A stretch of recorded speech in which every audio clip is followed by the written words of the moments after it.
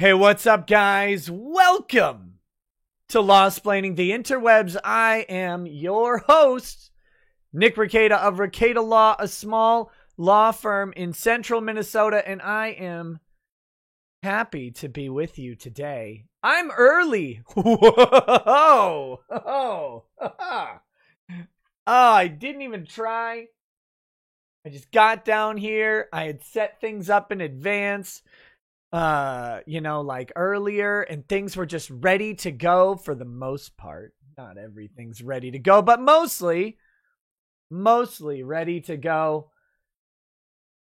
And so now I know many of you are questioning everything.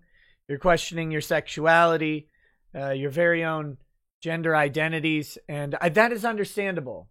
It is understandable. I've put you in a tough and confusing place.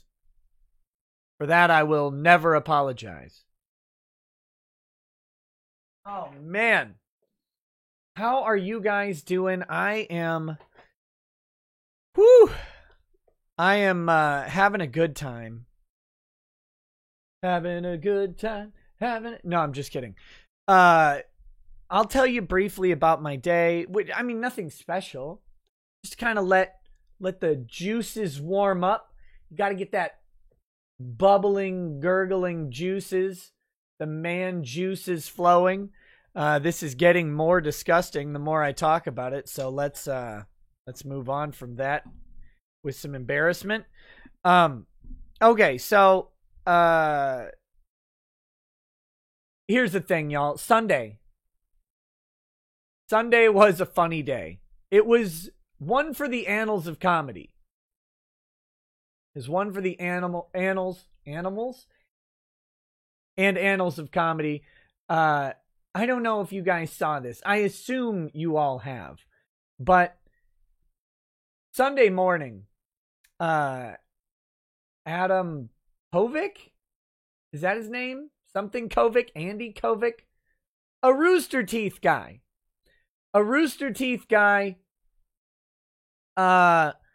Apparently had his DMs leaked.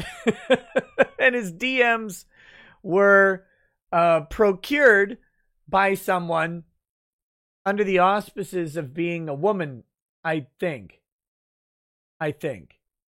Now, let's get this right out of the way. I have not seen any evidence that the person he was sending pictures to was a minor. Okay, that was, as far as I can tell, that came from one 4chan post. All right, so we can probably roll back the criminal activity, and just put this in the, bro, this is really embarrassing for you, and by the way, you're all a bunch of hypocrites category, rather than you're going to prison category. All right, let's get that out of the way before anybody accuses more of the, you're lying about this. Nope. The only thing I've seen to indicate that it was a minor was just one 4chan post with no evidence. All right, maybe there is some, maybe I haven't seen it. I don't know. I'm operating under the assumption that this guy was not trying to send nudes to minors, but rather he was just sending nudes to people he doesn't know. Which, for some people, that works, I guess. But anyway, 400 pictures and videos. These dudes are thirsty. The man is married, apparently. Adam, I think someone said. Adam Kovic. The man is apparently married, but he is sending just hundreds of nude pictures to some random person on the internet. Because they said, I don't know, I like your voice, or whatever it was. That is a pathetic state of life to be in. It's a sad place to be.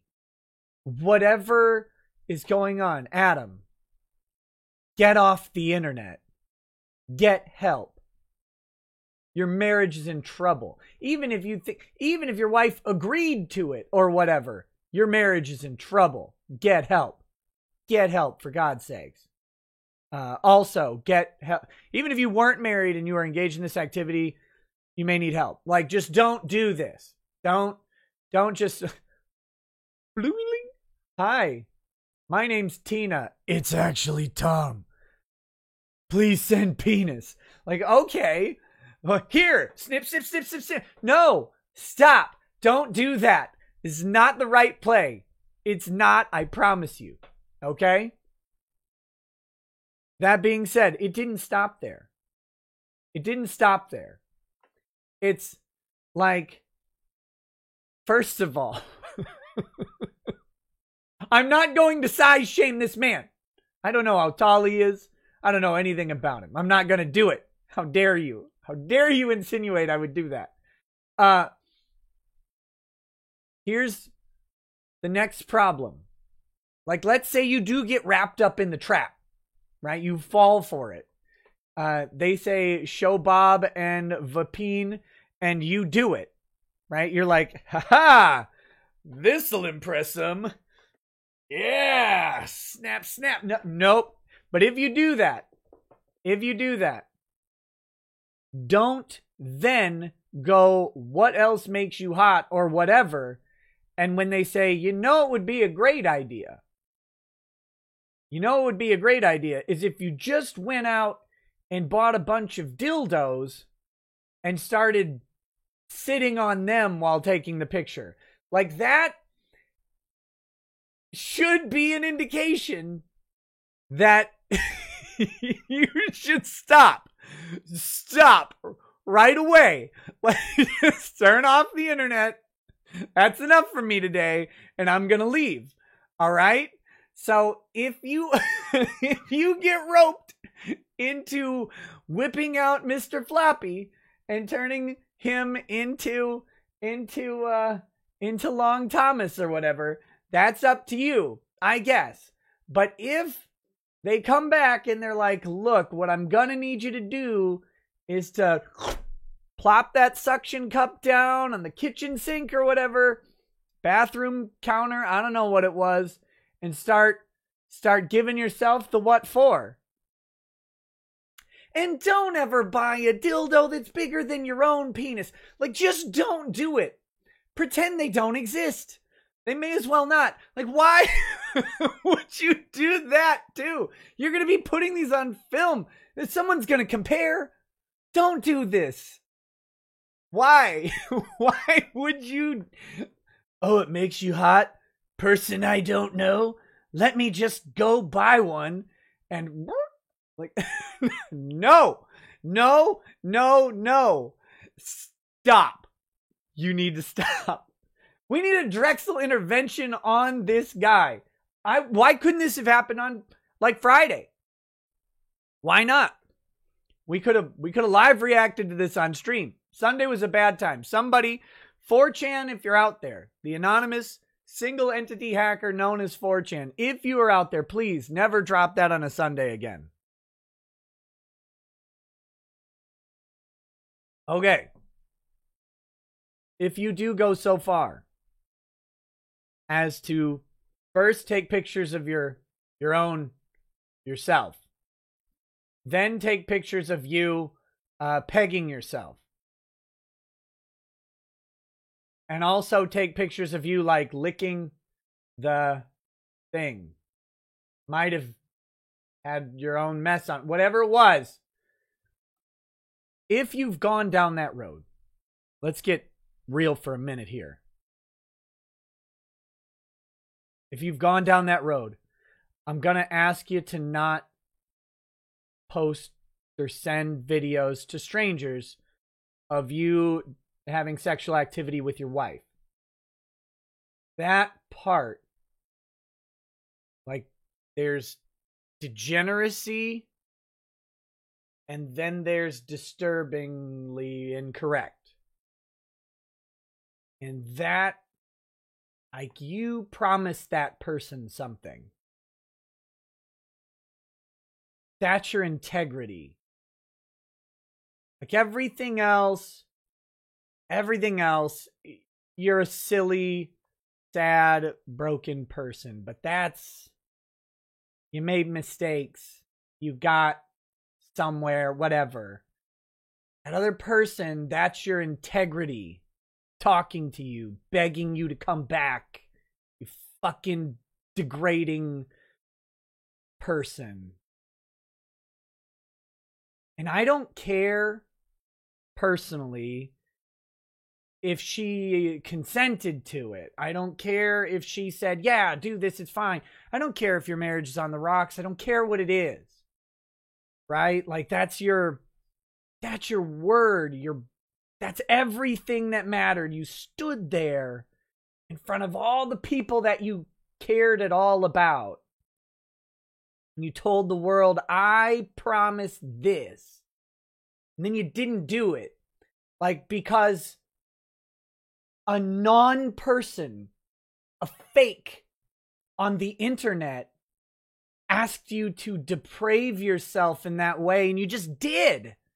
You just did. Why? Like, why would you do that? What is your word worth? What's your promise, your vow worth?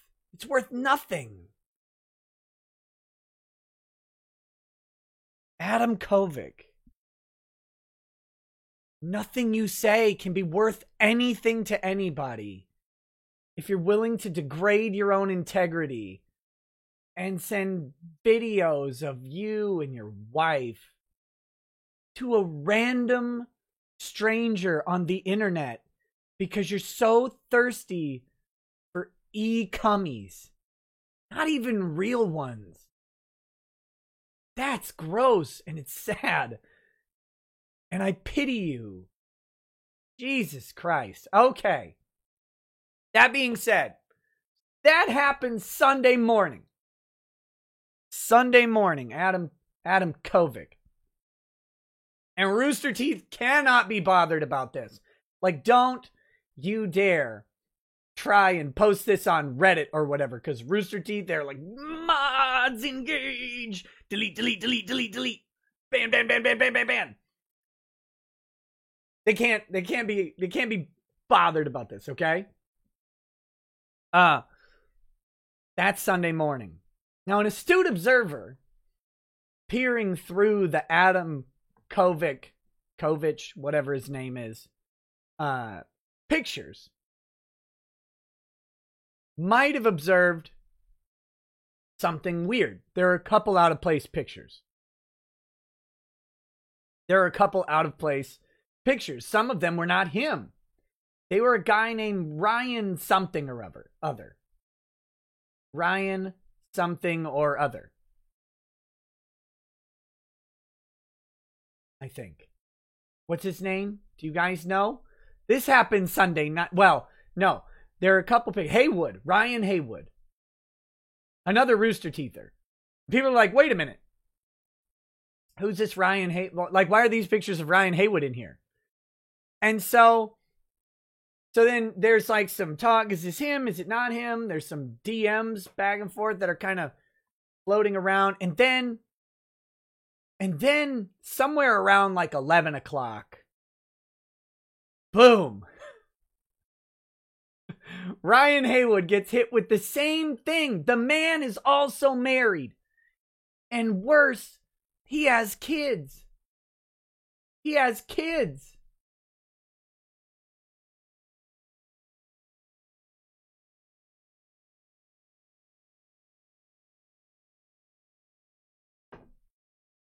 Both these guys.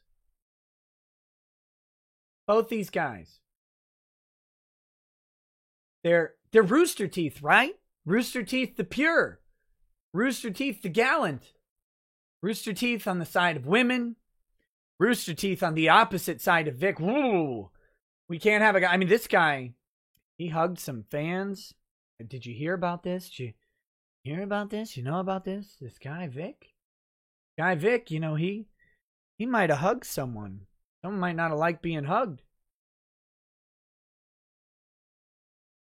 Might have kissed a girl on the cheek or on the forehead Or we'll call it the face, I guess, right? We'll call it the face.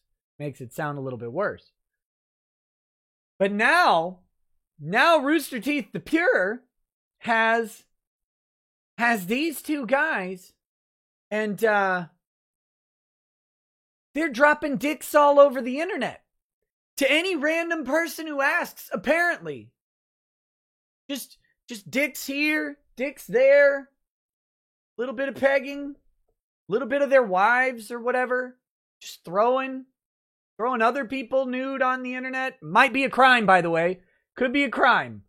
Very possible that that's a criminal act. If the wife, whatever, pictured, any of the people who aren't the guys, if they didn't consent to those pictures being shared to a random person on Facebook or Instagram or whatever, like that's possibly a violation of state law, federal law, maybe.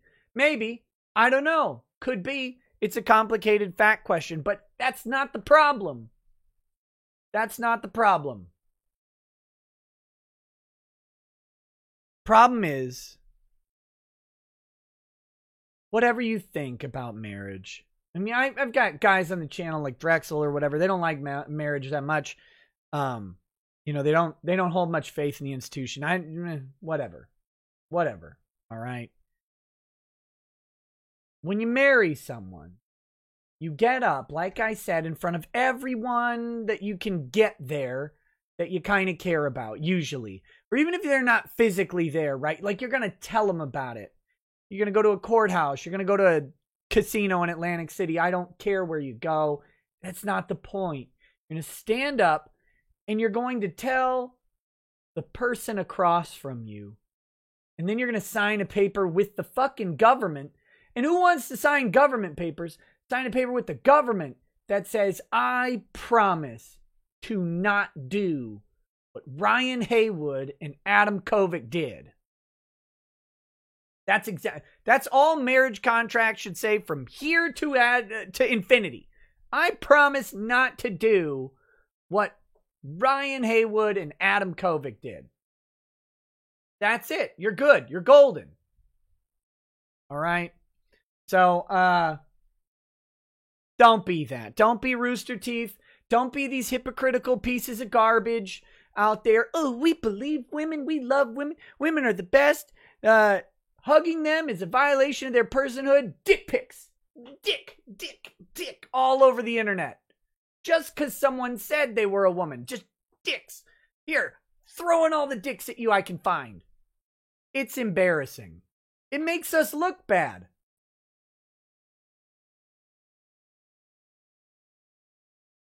It makes dudes look weak. You two boys are pathetic when there are fucking men out in the world. There are men out here. There are men out here trying to make the world better. We're trying to many of us are just trying to survive.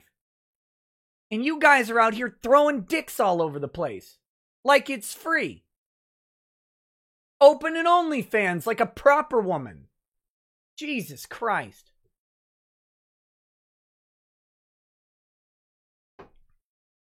Anyway, so that happened Sunday. I want to do a short video on this. I probably will. But I didn't get to today because the guy's still working outside my office. And so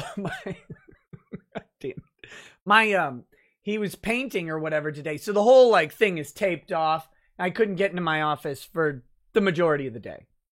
So that didn't work out. But hopefully tomorrow I'll have a short video up of it. It won't be this. This is for you. This is for you. By the way, I'm changing all the policies again because there's nothing to do other than keep your audience on its toes. I've decided that this channel will only be live stream content from here on out. That's it.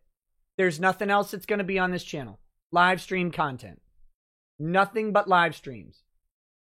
Only live streams. This is the show. This is the show's channel. And this is the show. Okay. The media channel, that's where all short videos are going. And that's that. There will be no more, any like live streams that I do on the media channel from here on out will be like gaming streams or whatever, will probably be unlisted. But that's it. So every time you're on this channel, live stream. That's all it is. 100% live, live, live. Other channel, no live. Like there might be a one-off here or there, but short content all over there. If you want to see that short content, go over there. Subscribe to it. Turn on notifications. That's where all short videos are going to go from now on. All of them. All of them, all of them, all of them. No clips here. There may be clips there. I don't know. I'm rethinking the clips. They're kind of wonky. That's in flux. But if there are clips, they're going to be there. Nothing here but live streams. Live streams, live streams, live streams. That's it. So, there you go.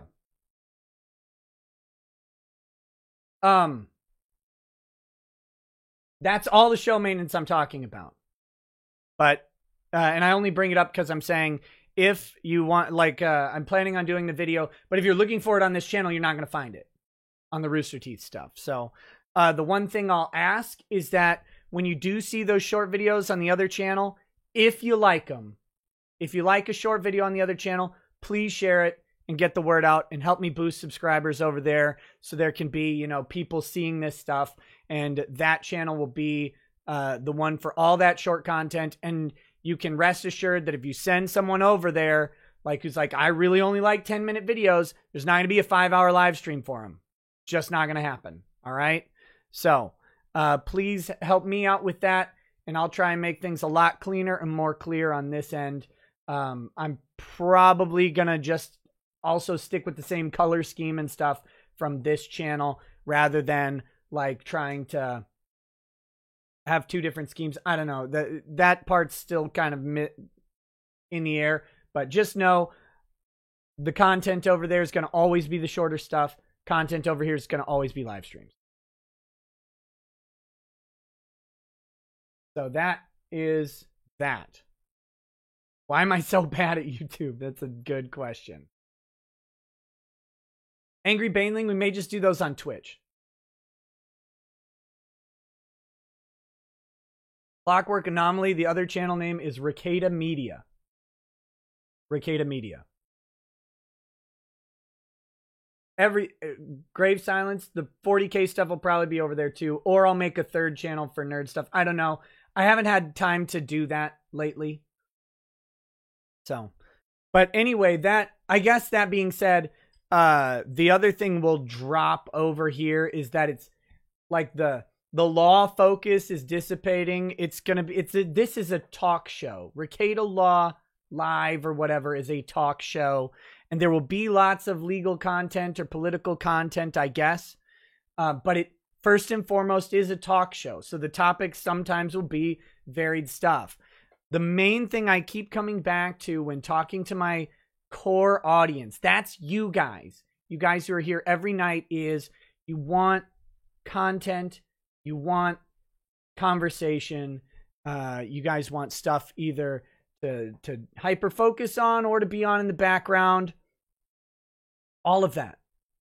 And that's going to just be here. It's just going to be content. It's not always going to be legal. It's not always going to be drama. It's not always going to be news. It's going to be something every day. Just to, you know, other than days that I have to leave for whatever reason. So there's that. Heel versus Babyface says, Can I show you my cock?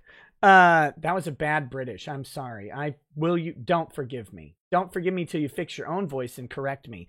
You know, no, you can send them all to Ryan Haywood or whatever.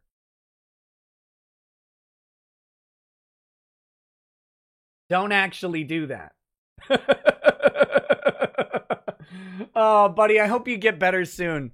I can't wait to chat. Look, my stupid little guy is still in the same spot. He's still the same level of paint where we left him. So,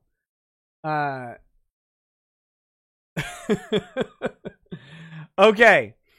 So, yeah. So that was part of today. Now I have to lead into the drama. The drama. First, let me load up the cannons and take a big shot across the bow of a YouTuber you guys may have heard of. His name is Hero Hey. This little kimono-clad weeaboo hentai observing punk called me out. Said my show's too late. Too late in the day. He's on Pacific time. It's 9 p.m. his time when this show starts.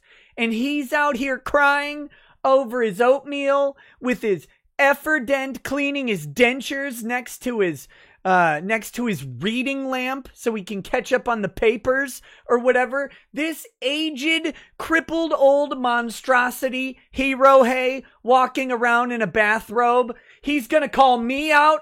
He's gonna call me out. Well, you listen here, Hero Hey. I am going to do this to you. Very soon, I'm going to be compiling the research to show that your hentai is obscenity and should not be protected by the First Amendment. So help me God. We are going to shut it down. We are going to shut it down, Hero Hey.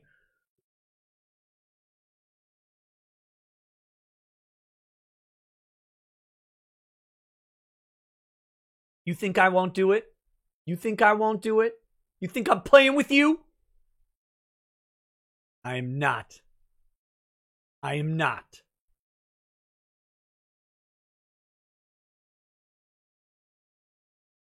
And that's all I have to say on Hero Hey for tonight. But it's coming. It's coming.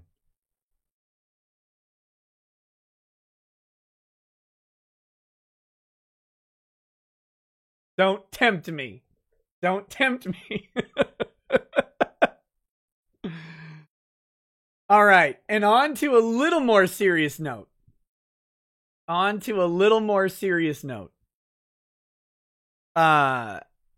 If you guys caught the show on Friday, I don't know if you did, but I hope you did. I hope you catch the show every day. But if you caught the show on Friday, you know that show was monstrously uncomfortable for me.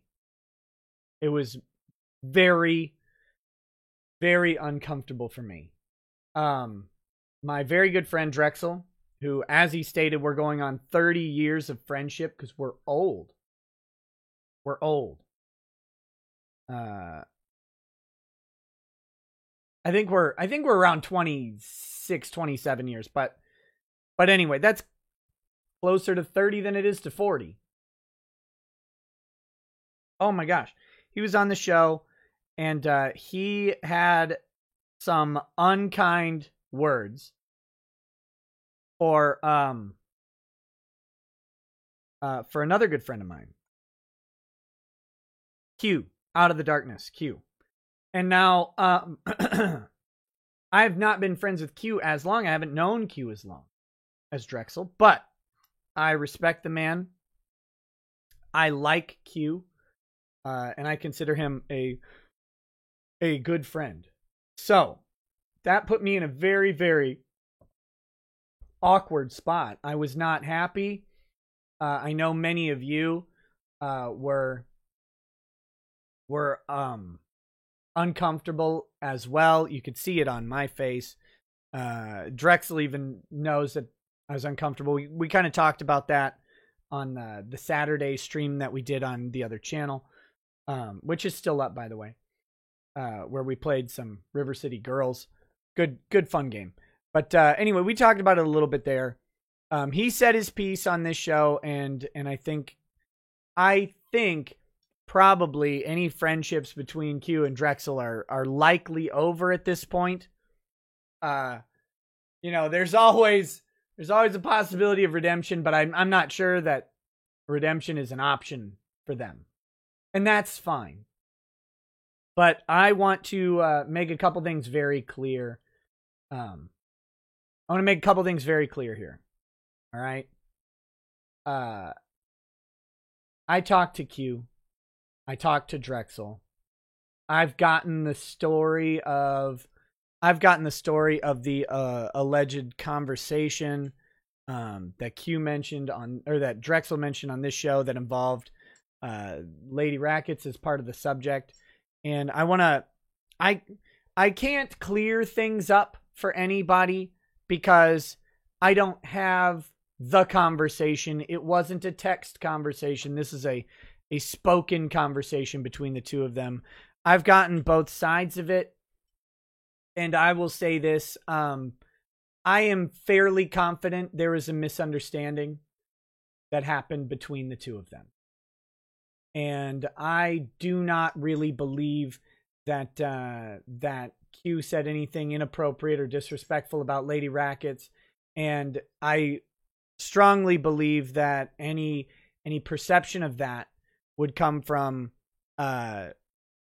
Drexel wanting to protect his friendship with me and his friendship with Lady Rackets. He's known her almost as long as I've known her, just about a year less. So, it's not like it's not like he doesn't know her or something like that. So she's been friends with him for a very long time too. And I know Drexel, you will be hard pressed to find someone who's a more upfront and loyal friend to you, and I think that there was a misunderstanding that occurred in the communications. And I would say that I am not in any way, I don't have any issues with Q, and I don't think there's any reason to believe that he has any disrespectful feelings towards Lady Rackets. So I want to get that out there, make that very clear for people. He and I had a very long talk today. We talked about, the whole situation. And I took ownership for my part in that, not realizing how caustic things actually were, and not giving him a heads up, which is something I probably should have done just as a friend. And so I took ownership of that, and we're on very good terms. So that being said, I wanted to make that clear. Drexel's issues with Q that's between those two guys, and that's up to them. So I don't think that there will be a Q, Drex, and Nick stream anytime soon. So there you go. But I wanted to give an update, and I do not like drama. I don't like those shows. I didn't like that show. I like where it ended up with. We had a great chat with Anna. That was nice. We talked about some other subjects, but that hour or so was really, really uncomfortable for me. I don't like it. I know some people complained about it. Some people were mad about it. And, I can't fix that for you.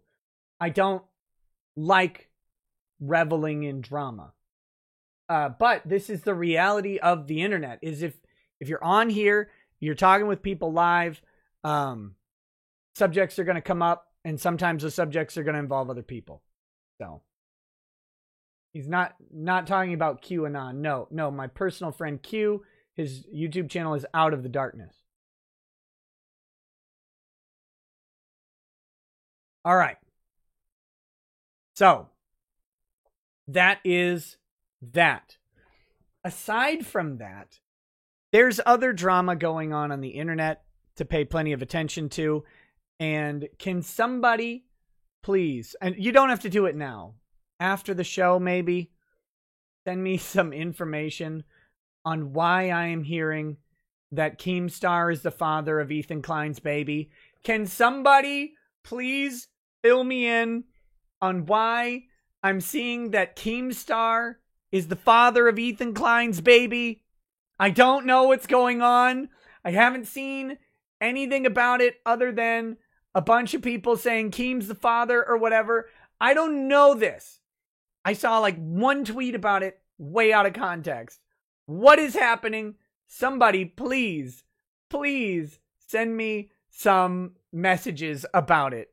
Because I need to laugh at something like that. I don't know what it is, but it sounds funny. Okay?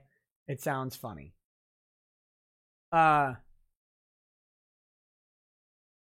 Is that the actual story? Is Leafy just tweeted, no joke, Keemstar banged Ethan's wife? Oh, God damn it. Oh my goodness. All right. There you go. I guess Leafy is out to burn down the world. And who could blame him? Who could blame him? Keemstar, if I ever get to meet you in real life, I'm buying you a cigar.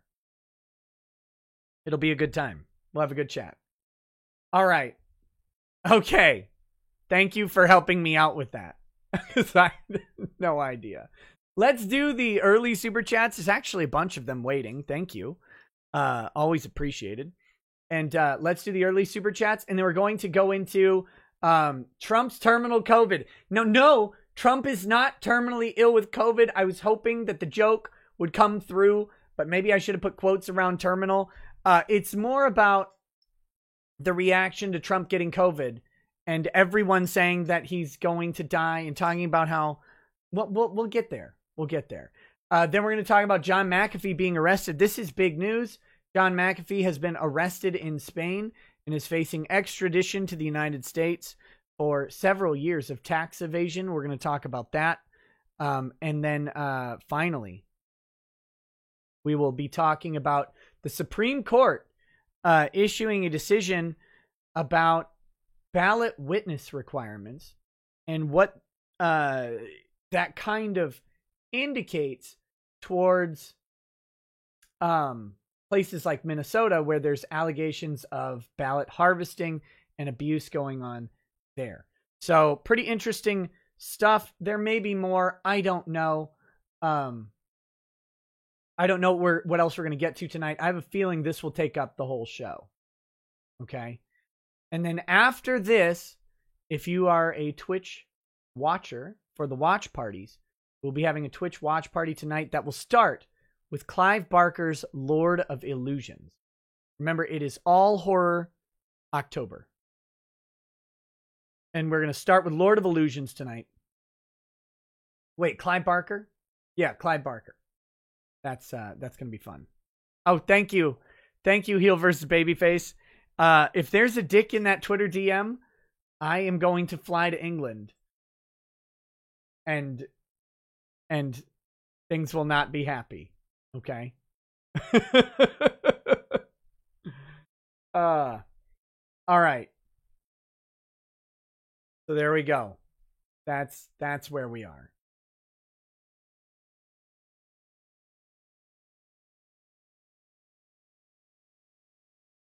Now I have to see this DM. Oh my God! Come on! I was gonna ask if it really took 2 pictures, but apparently it does. Apparently it does. That's, well. Could have been worse.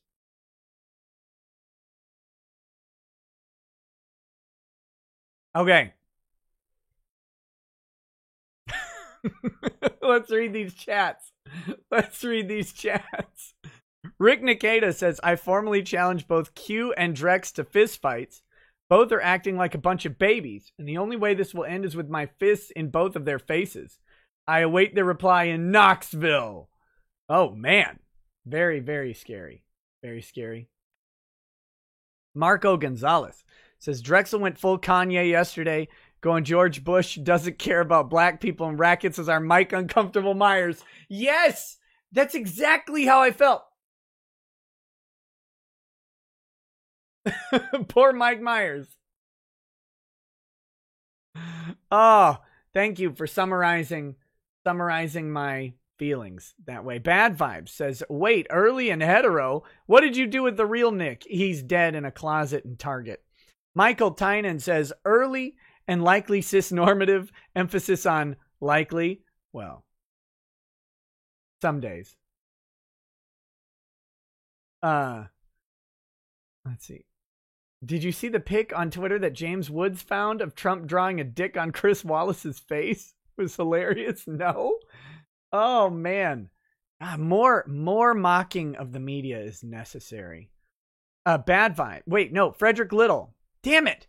Rob Van Pelt says, here's a little something for the wire wall fishing kit since you can't run an HDMI down a wall, you boomer. Listen. You guys, I didn't want solutions. I'm in my Discord. By the way, you can get in the Discord with Patreon or Subscribestar at the $5 a month or higher level. Chill. I'm in my Discord today, and I'm bitching about old cables going through walls and, like, you know, how annoying it is to change them out. And here these guys are. These men mansplaining to me how you run cables through walls. I didn't want answers, gentlemen. I just wanted to be heard. I just wanted you to listen. That's all I wanted. You're trying to solve my problem, but my problem was that no one was listening. You solved the wrong problem.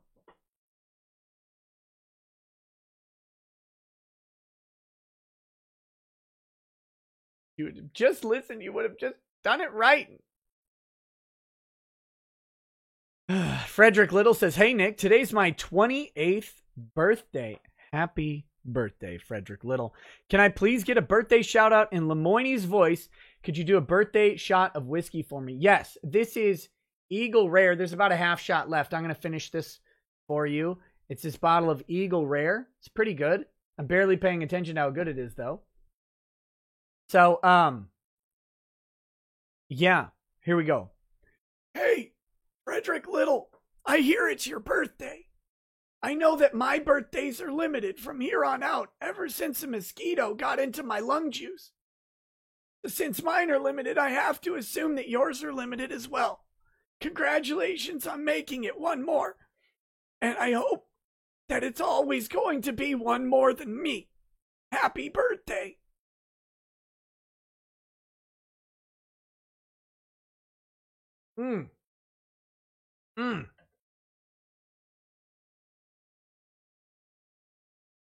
There you go.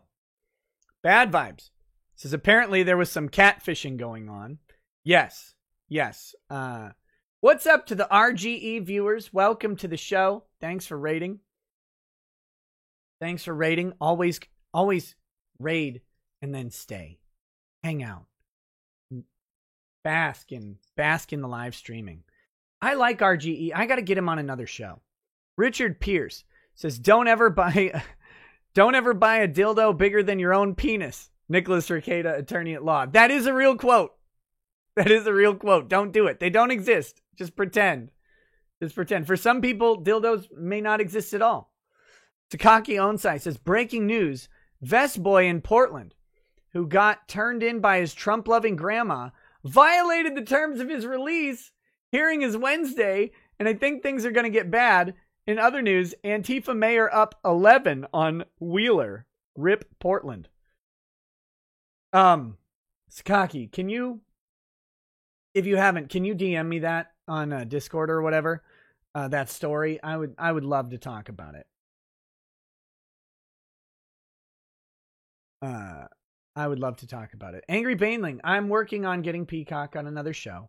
I'm working on a Big Brain panel, and I will be inviting Mr. Hook to the next Big Brain panel.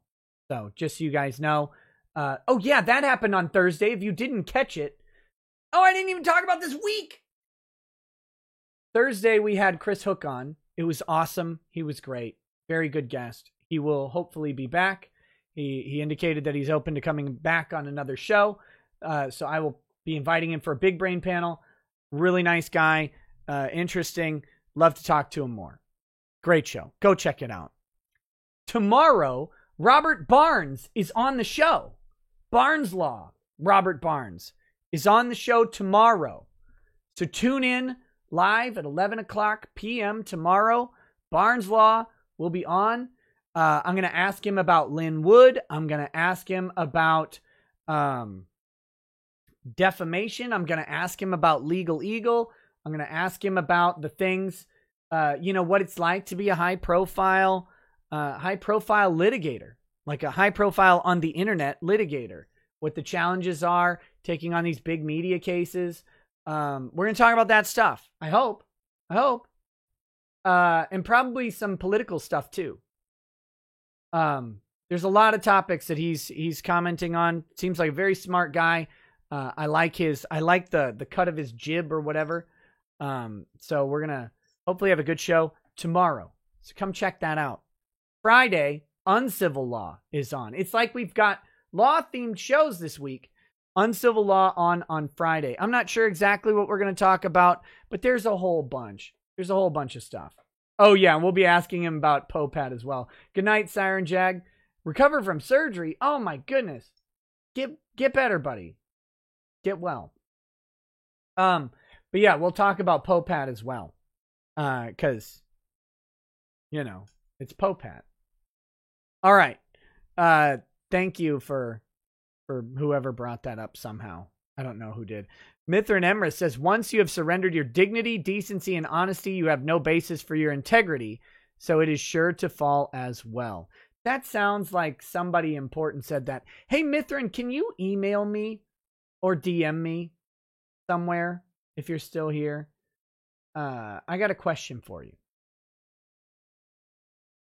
Halesburg says, leftists have been wishing death upon us for the last 50 years. Now they claim on Twitter that it's been us the whole time. I have no more Fs to give. Yeah, me either. Dean Cain and Razor Fist are still up in the air at this time, but working on it. There's always it's the tightrope, right? Between being an absolute insufferable cunt and politely reminding people to respond. That's a tough game to walk. So they're both very busy guys, and I would love to talk to both of them, but I got to respect that they're going to be at least as busy as I am every single day. So, and I know how tough it is for me sometimes. I like the Spike Man says, Ryan, Matt, and Jeremy were the sole reason I watch Rooster Teeth. If Ryan gets fired, so be it. I'm done with AH and Rooster Teeth now. It's not really about getting them fired or anything. I don't care if they get fired. Rooster Teeth has no credibility. They have no credibility. And I don't know if Ryan spoke out against Vic, but I believe that Adam did. And so he has no credibility either. These people are useless to me. But that's not even the important part. The important part to me is that they went back on their own vows, their own promises to another person. That's just a violation of trust that I'm not comfortable with. And to be very clear, in my opinion, it's a violation of that trust to even ask your wife to consent to sharing your sexual encounters with her with someone else.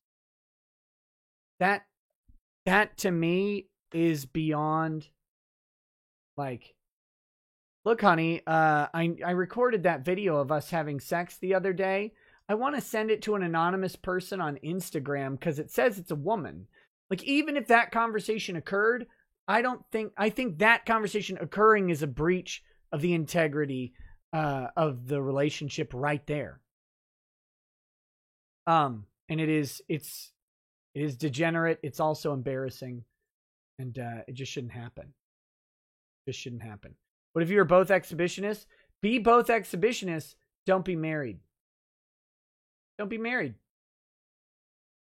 What if it was her idea? You need to be the man. Like, no matter what the internet says, be the man. Men lead. Men lead.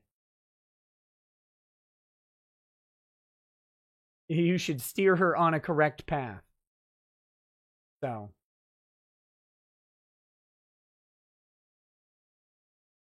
People will do what they're going to do. I think that is not manly behavior in any way. in any way. BG Corporations has got a question. I want to know on the legal take of fair use with archival. So like archives, I guess. Let's say a person made a song. They no longer want to be heard.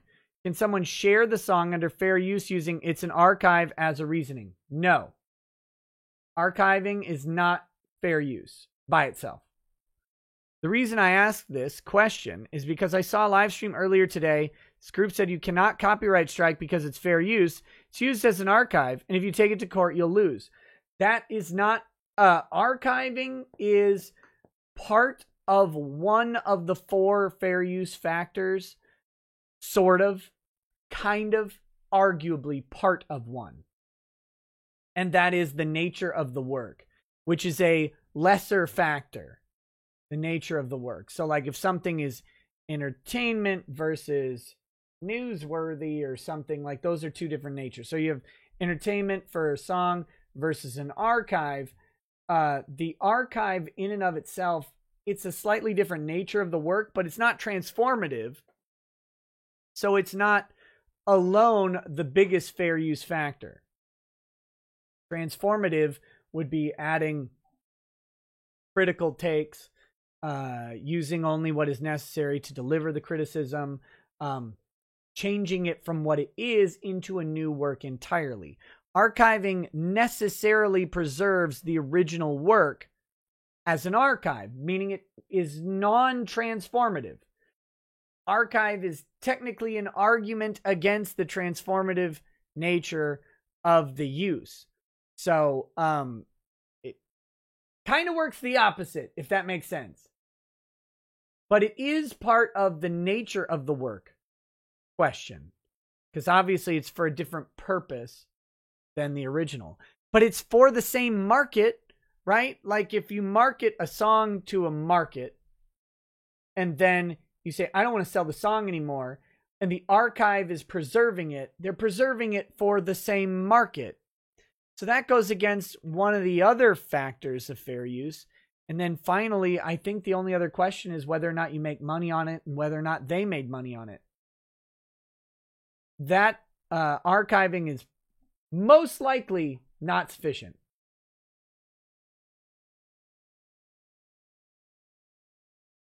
So, hope that helps.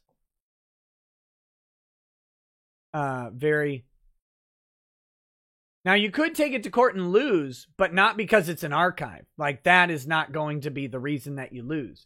It would be that it's sufficiently transformative.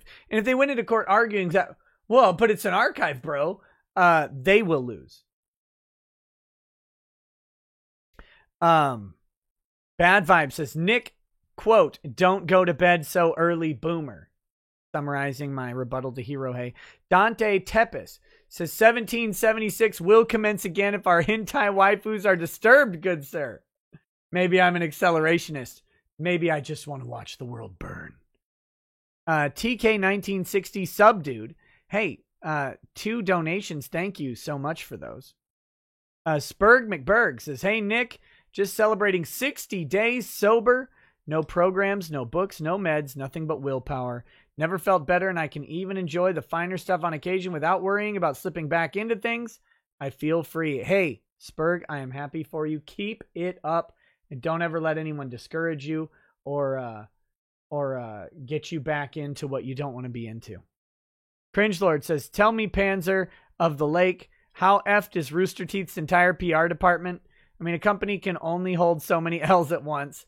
Can't imagine working for a company that did major video content before YouTube and effing up this bad. Yeah, it is pretty bad. It is pretty bad. They are terrible.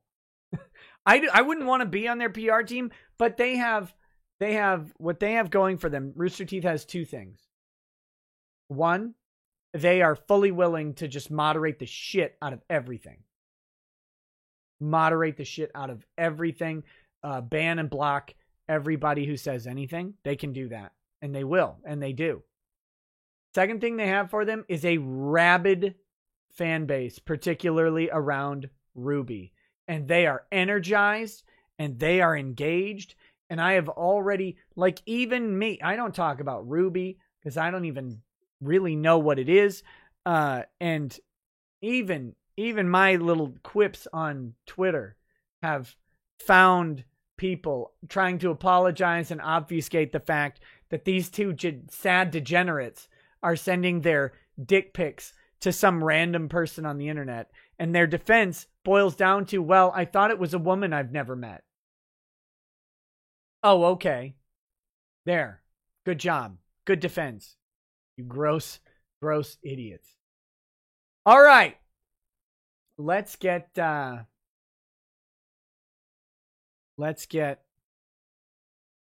on to the next topic. Okay, we've got let me see if I can find this here. Trump.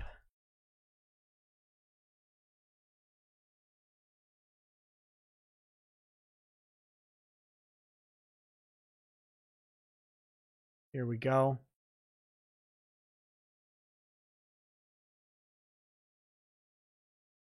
Here we go. This is the one I saw. This is beautiful. This is beautiful.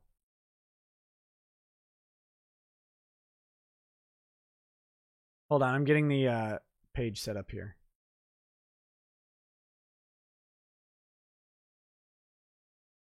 I think we got it right. Oh, close. Close. You see this headline from Politico? President Pelosi, Pence prepares to risk it all for Trump. To risk it all for Trump. Oh my. The vice president is under pressure from some Republicans to secure himself in Washington. Trump's campaign has other plans. All right.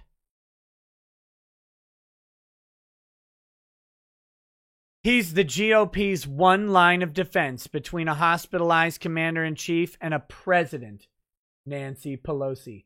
Nope. Nope. There's a lot of steps in between. A lot of steps in between. And he's about to depart Washington on a 4-day campaign swing in the middle of his boss's health crisis. Just so we're all clear, Trump left Walter Reed Hospital today. He went to the White House. He gave a conference, like a news conference. Appears to be doing just fine. But he's probably propped up on formaldehyde.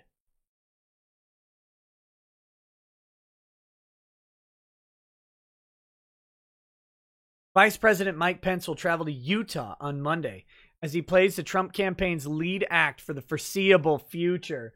For the foreseeable future? Really? Mike Pence, this was yesterday. They wrote this. Yesterday, Mike Pence was the front. He was the campaign's lead act for the foreseeable future. The highest profile surrogate for the president's reelection at a time when both men can least afford another setback following Donald Trump's COVID-19 diagnosis. After months of campaigning in smaller, lower profile settings, from greeting voters at roadside diners to addressing blue-collar workers deep in the Rust Belt, Pence will step into the spotlight this week for a high-stakes debate against Democratic vice presidential nominee Kamala Harris. Kamala! A MAGA rally in Arizona and a brief stop in his home state of Indiana to cast an early ballot in the 2020 race. Ooh, I wonder who he's voting for. A month before Election Day, Pence is putting it all on the line in a last-ditch attempt to rescue his ticket. He's got to rescue it. He's got to save Trump. He's got to save it. The vice president himself has presented a positive face about representing the GOP ticket in a moment of crushing uncertainty, despite pressure from White House aides and allies to hunker down in Washington until Trump gets the all clear. The president remains a patient at Walter Reed National Military Medical Center, where he has been receiving a variety of therapies and drugs to combat the potentially fatal disease. Despite pressure to stay put, Pence allies insist he was made for a moment like this, given his soothing temperament, grasp of the virus, and unfailing loyalty to Trump. But other people close to Pence bemoaned his decision to fly halfway across the country, while the commander-in-chief remains hospitalized, and administration officials are given limited updates on his status, noting the protocols used to protect the vice president on the campaign trail are the same ones that failed to shield Trump from exposure to the virus. You don't even know where he got it. You don't know where he got it. He could have gotten it at the White House. He could have gotten it from Biden. Biden's out there licking kids or whatever. Trump goes up and kisses a kid on the cheek. Oh, thank you. You beautiful, really terrific children. Mwah. Oh, he's got COVID. Biden did it.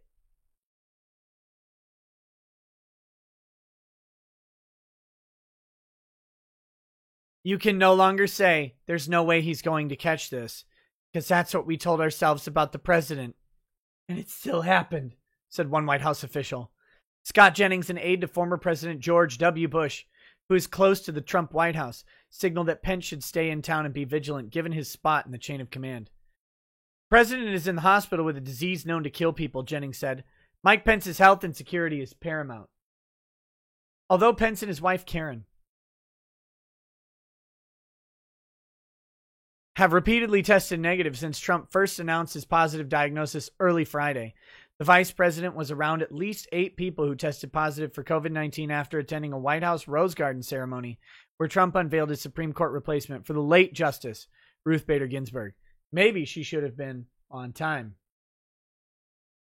Among those who contracted the virus and are quarantining are First Lady Melania Trump, Trump campaign manager Bill Stepien, top Trump aide Hope Hicks, GOP Senators Mike Lee and Tom Tillis, former White House counselor Kellyanne Conway, and former New Jersey Governor Chris the Hot Dog Christie. Pence has been recognized by people inside and outside the White House as someone taking the virus more seriously than Trump, even though some say he might not be taking it seriously enough either.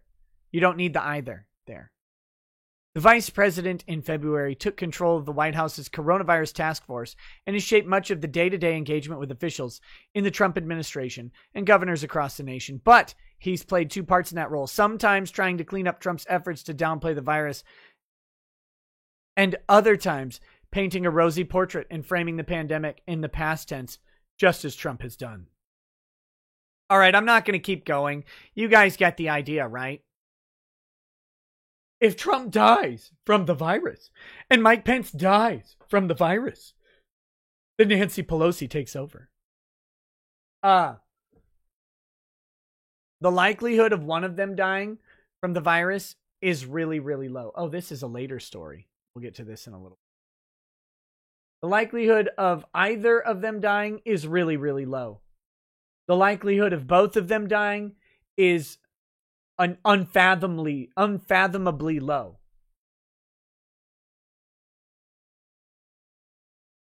Unfathomably low. It's ridiculous. And yes, Trump went home today. Now, they didn't know that yesterday. To be fair-ish.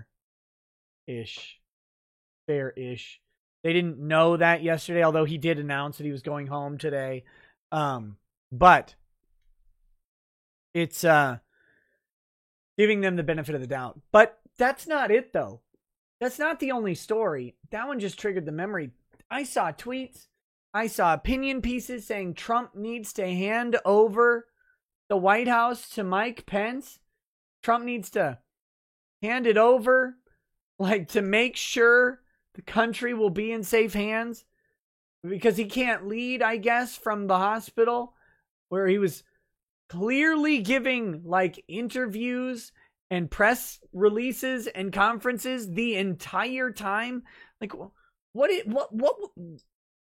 fantasy do they live in where Trump was going to just have to hand it over to Pence because he's literally fucking dead? And what's the country going to do? No, see, the crazy thing is, if Trump died from coronavirus, or more importantly, if he were incapacitated, for any amount of time from coronavirus, Pence can step in and take over. Trump doesn't have to like hand the keys to him to drive the Buick. He can just do the roles that are necessary. Congress isn't passing bills. He doesn't need to sign shit. There's nothing that needs to really happen. And if Trump died, that would then occur. The actual transition of power.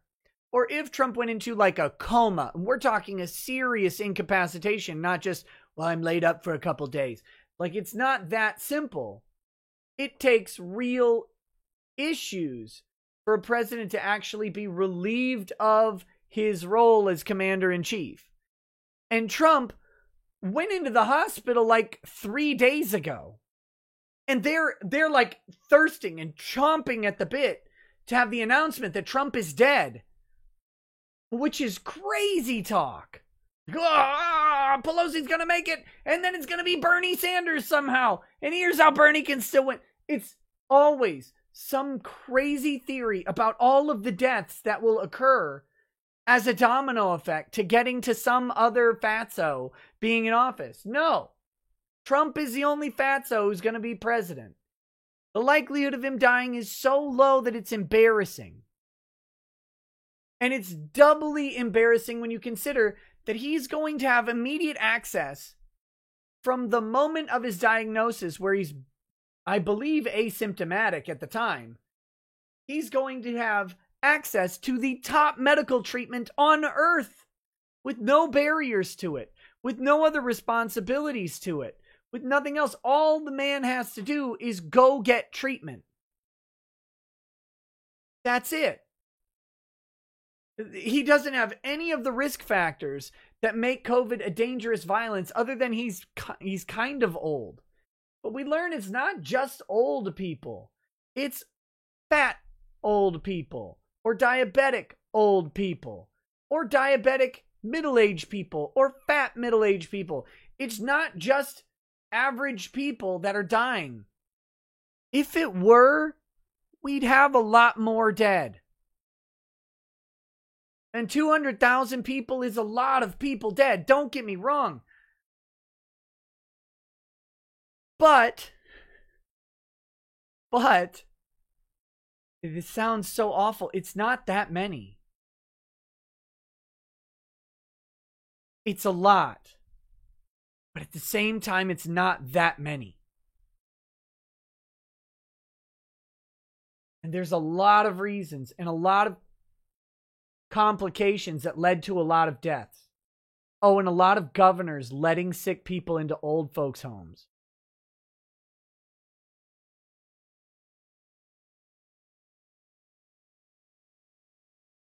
So, it's just part of the ridiculousness. I've got one other thing. I got one other thing here.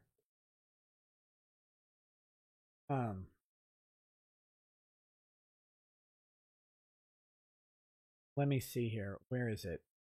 Sent this to myself earlier.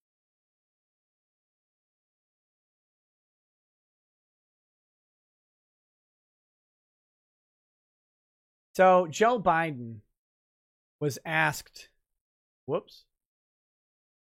Hold on, I'm getting this pulled up. Joe Biden was asked about a face mask mandate, a nationwide face mask mandate. At a town hall. This is just 3 hours ago this came out. And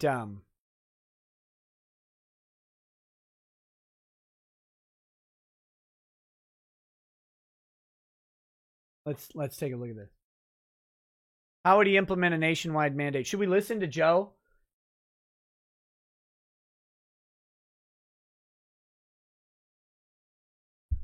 Okay, let me get this thing unmuted here.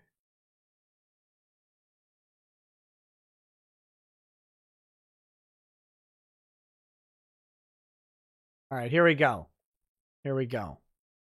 Can I follow up with that a little bit? Sure. I heard you mention this idea of a national mandate. Yes. You've mentioned that before for masks, but what power does... You've mentioned that before, Joe Biden. Do we know the context, right? Like, oh, we need a national mandate. We're going to have a national mandate on masks. You've mentioned that before, Joe. Now, here comes the follow-up question.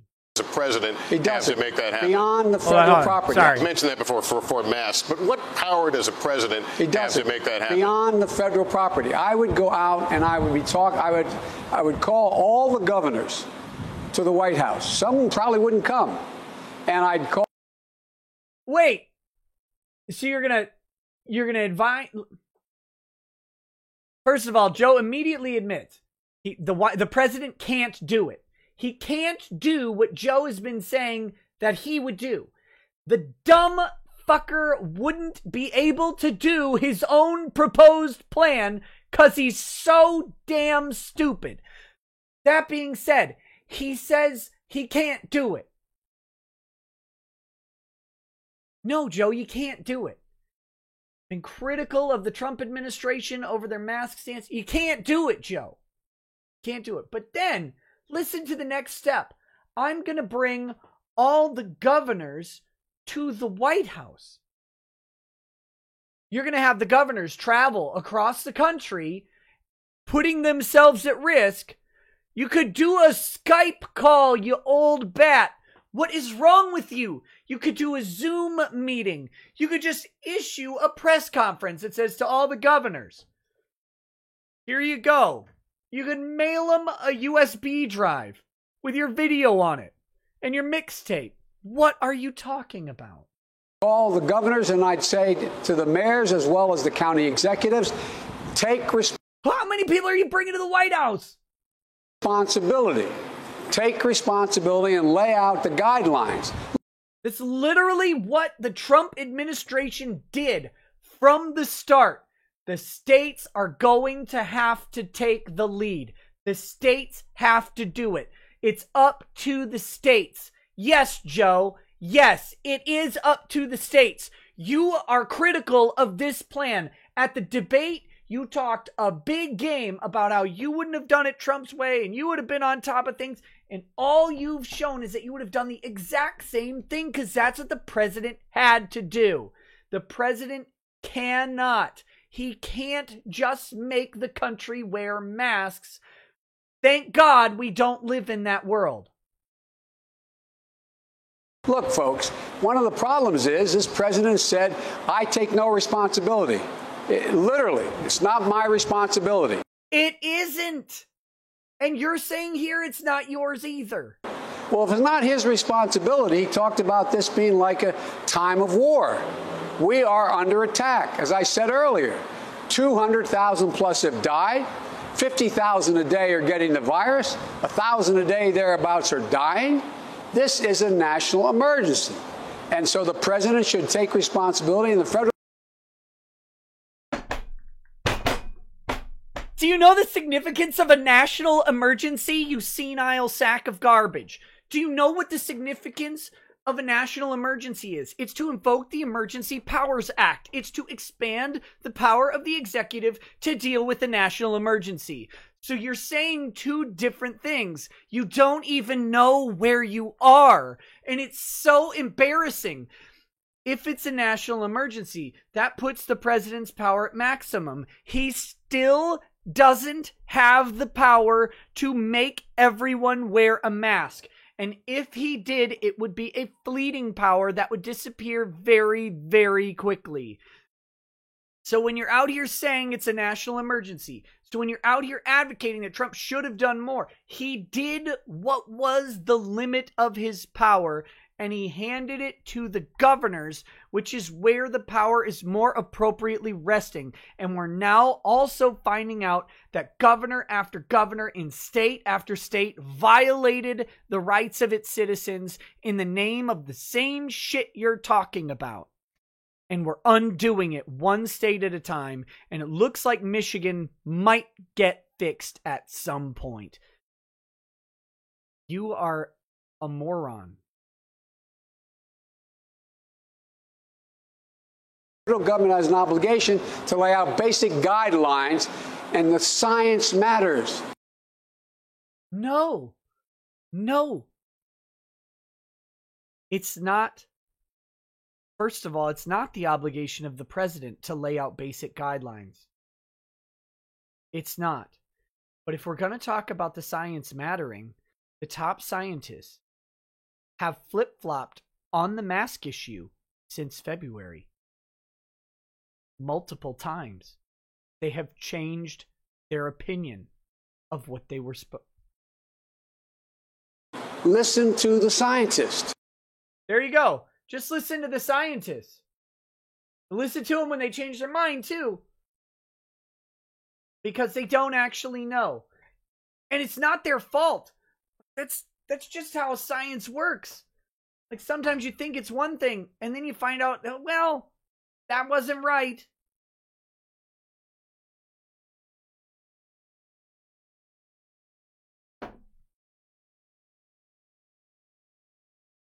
Anyway. Well, that was infuriating.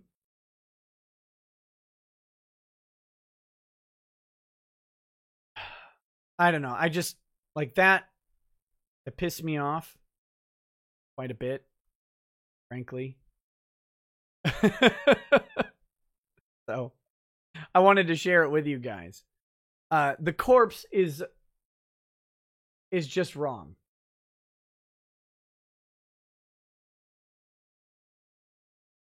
Dram Springfield. It's kind of sad watching you become more and more like Diet Alex Jones over the last year. What? What did I say in that rant that was at all incorrect? Point it out. Did I say that masks don't work? No. It's not the president's responsibility. It's literally not the job of the president. He can't do it. He doesn't have the power. He doesn't have the authority to do it. At the national level, they don't do national mandates on masks. It's not where it comes from. It's not appropriate.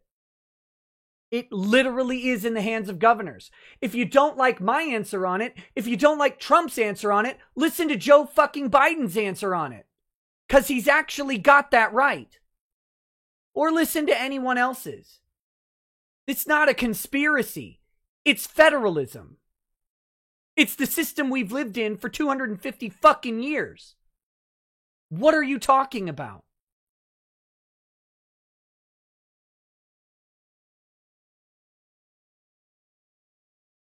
And here's the problem. The problem isn't that the scientists are right or wrong or whatever. The problem is that you're telling people to trust the scientists, but you've politically charged a pandemic from the start. It's in an election year. It was politically charged. Who do you trust? Which scientists? Which politicians?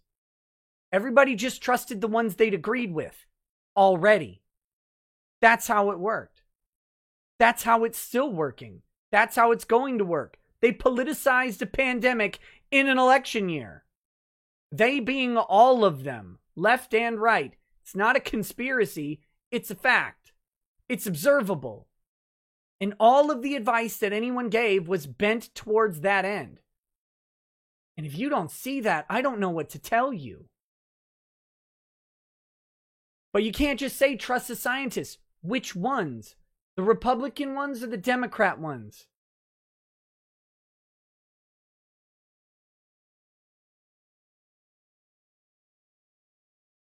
I know that COVID is like a hot button issue for people, but come the fuck on. Like, this is not complicated stuff here. All right, let me get this next story up.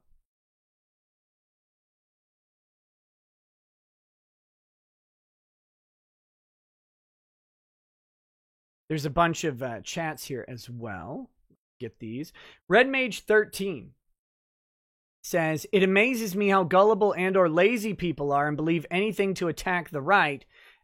Example, Florida representative claims she wrote HIPAA law to dunk on Sean Spicer in regards to Trump. Google search, written by Kennedy Kassebaum, 1996. There you go. I have no idea what that's referring to, but sure. Mithran Emmer says, so Politico is into concern trolling now. Like the president and VP won't get the best possible treatment. The faux concern is irritating, to say the least. It is. It is. Bad Vibe says, sad. We will never know for sure if Nick is dead or not. Every news article will say the late Nick Rekieta, and every one of us will say he was always late. he would be late to his own funeral. Bad Vibe says Reagan was shot during his first term. He was back to work in a few days. Corathus says worst part is if Trump did more, he would be getting blamed for trampling states' rights. It's not even that.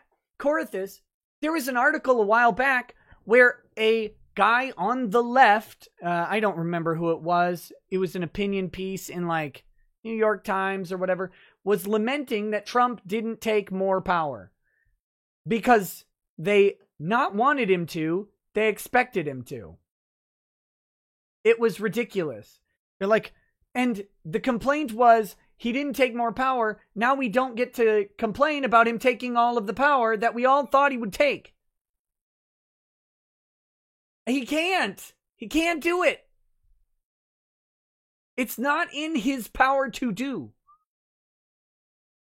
They wanted to blame everything on Trump. Whether or not you like his whatever policy, I don't know. It's up to you what you like and don't like. They wanted to be able to lay all of it at the feet of the executive. But we live in a system that doesn't allow us to do that. And with good reason. It's not always the purview of the executive to handle issues. That's why we have a federalist system. That's why we go to a municipal government office and then a county and then a state and then a federal government. It's why we have all these layers to delegate down the minimal tasks and the localized stuff, to have local sheriffs enforcing state laws or not enforcing them. Because like in my county, the sheriffs here said, yeah, don't call us. If someone's not wearing a mask, don't call us. We don't care. We're not enforcing it.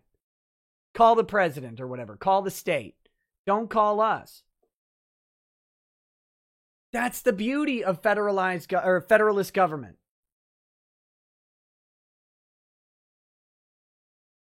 Bad Vibes. This is 52 minimum people traveling across country. Sounds like irresponsible spending. Also, this guy is such a boomer that he literally did what a president can do. Lay out the guidelines, responsibility met. Yep. Red Mage, I know what HIPAA is. Let's see. Nova Zero says Biden is like Dan Andrews in Victoria, Australia, where all he does is hold a press briefing every day saying that he's accountable and all decisions end on him, then tells police to clamp down on people. To Minecraft Gallows. Fox McCloud. There's just some perspective from a Michigan resident. Twitmer has already made it clear she's going to attempt to undermine the Michigan Supreme Court. Legal battle 2 in the possible future. F the authoritarian hacks. Yeah. Well, if you want people with the respect for the rule of law, Governor Whitmer doesn't like it.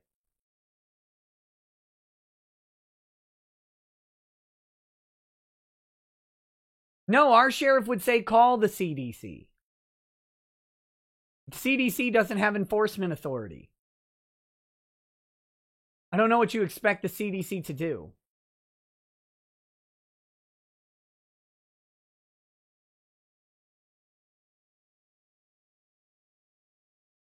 Oh my God. Okay. That being said, let's move on to this rather interesting story.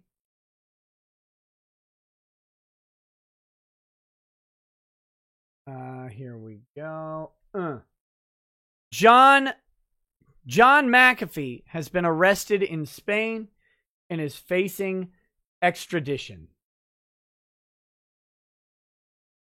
John McAfee, who built a fortune selling cybersecurity software and has in recent years become a cryptocurrency evangelist, has been indicted on charges of tax evasion by the Department of Justice.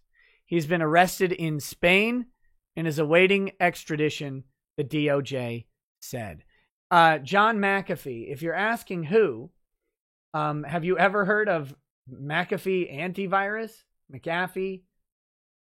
It's probably on your grandparents' computer or whatever. That's who this is. The guy who made that. He is Well, some might call him crazy. Some might call him paranoid. But are you really paranoid if the government's always trying to arrest you? And they are, in his case, actually trying to arrest him. John McAfee also famously said that a whale, or a female voice actress, as it were, cannot, or if you're having sex with a whale, they consented. Like that, they did consent. That you can't have sex with a whale and have it not consent.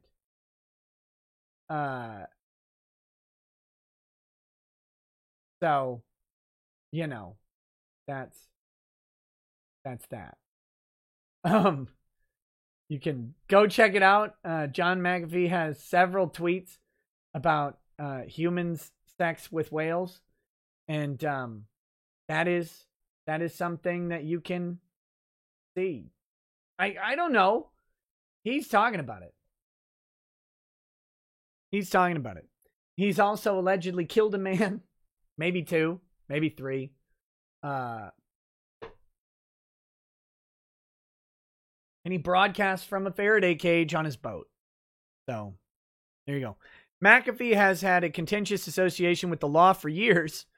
Though it's contentious association with the law. Though it's at times unclear which run-ins are real and which has been fabricated. A former 2020 U.S. presidential candidate for the Libertarian Party, yes, really, he claimed that the campaign was in exile after he was charged with, quote, using cryptocurrencies in criminal acts against the U.S. government in January 2019. In that same video, he said he hasn't paid taxes in 8 years. Uh-oh. That is not good. This is not good. Don't ever say that you haven't paid taxes publicly. Don't do that. He also claimed the CIA had attempted to collect us in a July 2019 tweet with a photo of him on a boat holding a gun, part of an adventure that ended in his arrest and release in the Dominican Republic. And you can hear about this as he did an interview with Dick Masterson around that time, I believe. You can actually listen to his interview talking about being arrested and released in the Dominican Republic. I don't know when. Was that back in 2019? I feel like that was this year that he talked about it on the Dick Show. But it is there. Very interesting story.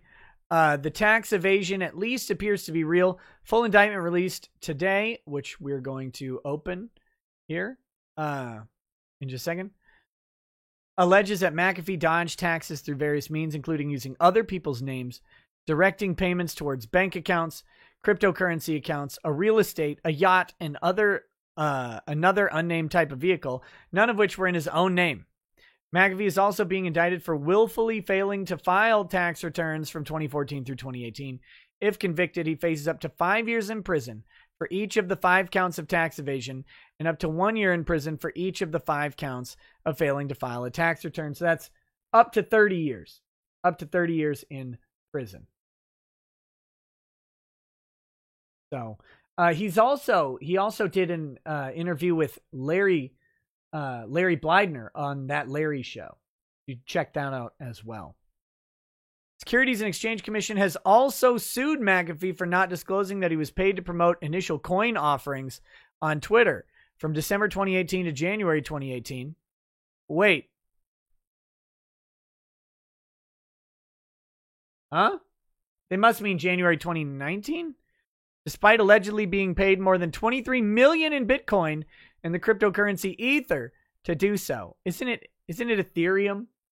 I don't think it's Ether, is it? Isn't it Ethereum?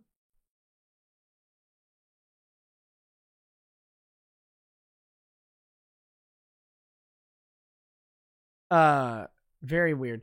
McAfee would later put a public price on his promotions of $105,000 per tweet.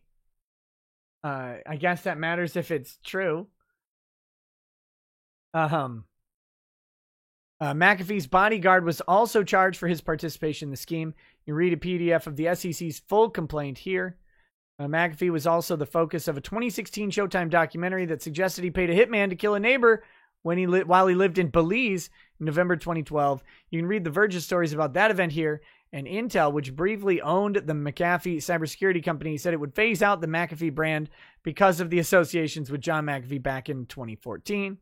The company was eventually spun back out of Intel as McAfee in 2017.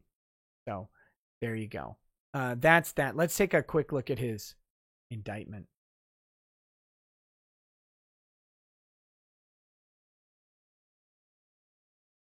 We have this thing. This is good. The grand jury charges all times material herein. Now, the way grand juries work is a prosecutor stands up. Ether is also a crypto. Okay, thank you. I thought I don't know enough about cryptocurrency, so that's for the kids or whatever. The defendant, yeah, so here's how grand juries work. A prosecutor gets to make the case against someone using evidence that is either admissible or not. There's no inadmissible evidence in a grand jury hearing, and they get to just present the case to develop a probable cause indictment against someone to a jury. And there isn't usually anyone who gets to speak on behalf of the potential accused. They just listen to the prosecutor because that's what it is. I mean, that's just how grand juries work. So the adage, like the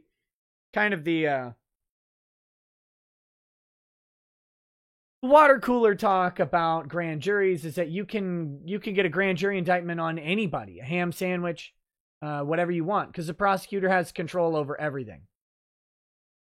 Prosecutor has control over all of the information and both sides of the story. So, because that's, again, it's not a trial, so you don't really need someone to defend you there. I mean, maybe you should, but that's not how they work, is what I'm saying. All right. Okay, so the defendant, John David McAfee, resided in Lexington, Tennessee. He earned millions of dollars in income from various sources, including but not limited to 2014 through 2016 for speaking engagements, 2015 through 2016 for the right to his life story for a documentary, 2016 through 2018 for work as a consultant, and from 2017 through 2018 for promoting cryptocurrencies. The Internal Revenue Service was an agency of the U.S., blah, blah, blah. All citizens who received income in an amount exceeding the filing threshold for a given year were obligated to report all income earned, regardless of where they earned it, on a U.S. individual income tax return for that year, and they were required to pay taxes due on that income. Guys, pay attention. Some people think you don't have to file if you don't make a certain amount of money, and that's true, but the money might be lower than you think.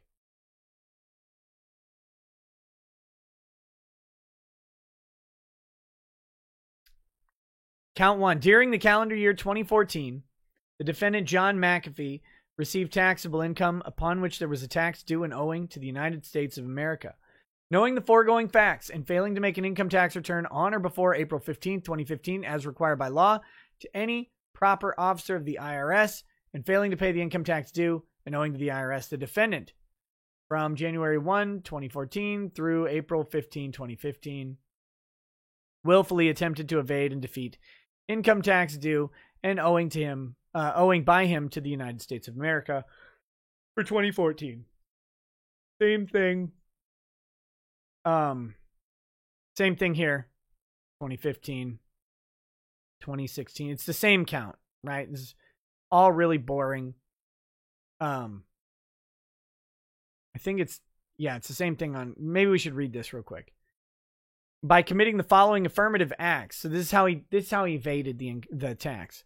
Directing the payment of his income to a bank account in the name of a nominee, purchasing real property and titling, and causing the titling of that property in the name of a nominee. Now here's the interesting thing. I don't know the details. We don't have like the full story on this, but does that sound like something to you guys? I mean, that could be a business.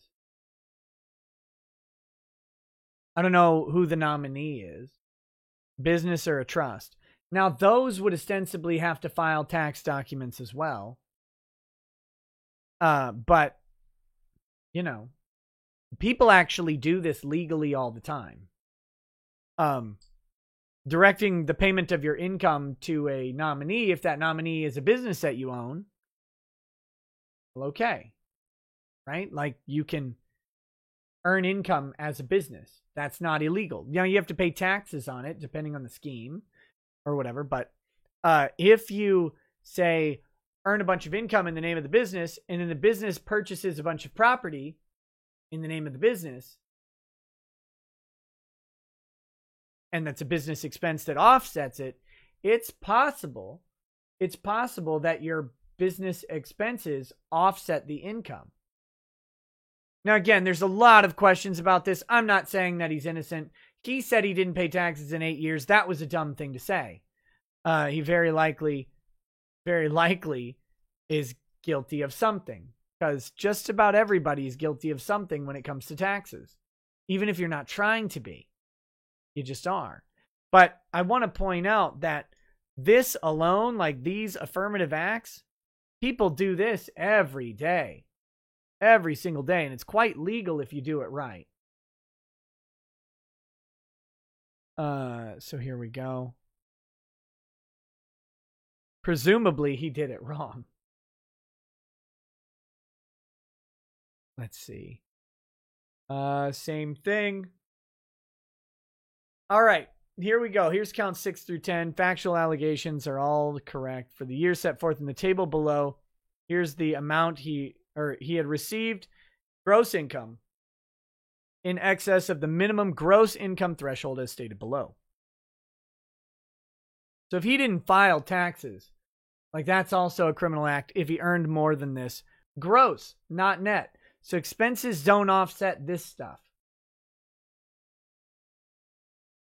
Again, if he, John McAfee, the person, earned this income. If a business did it, it's a different question. But, yeah, if he earned more than $22,000, $23,000, $23,000, and $26,000, he had to file. And he probably did.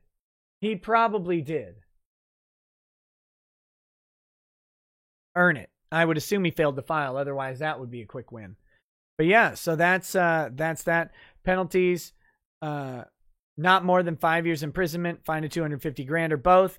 Not more than 3 years supervised release, together with $100 special assessment for counts 1 through 5, and 6 through 10. Not more than 1 year imprisonment, fine of $100,000 or both. Not more than 1 year supervised release, together with a $25 special assessment. Those special assessments really breaking the bank there. So that's McAfee's arrest, allegedly, in Spain. We'll see if he gets out of this one. He also allegedly got out of his Dominican Republic arrest, but who knows, right? This is a little bit different. No, not 6 years. It's 30 years. It's 6 years per count, or 5 years per count for the first 5, and then 1 year per count for the second 5. So that comes out to 30 years.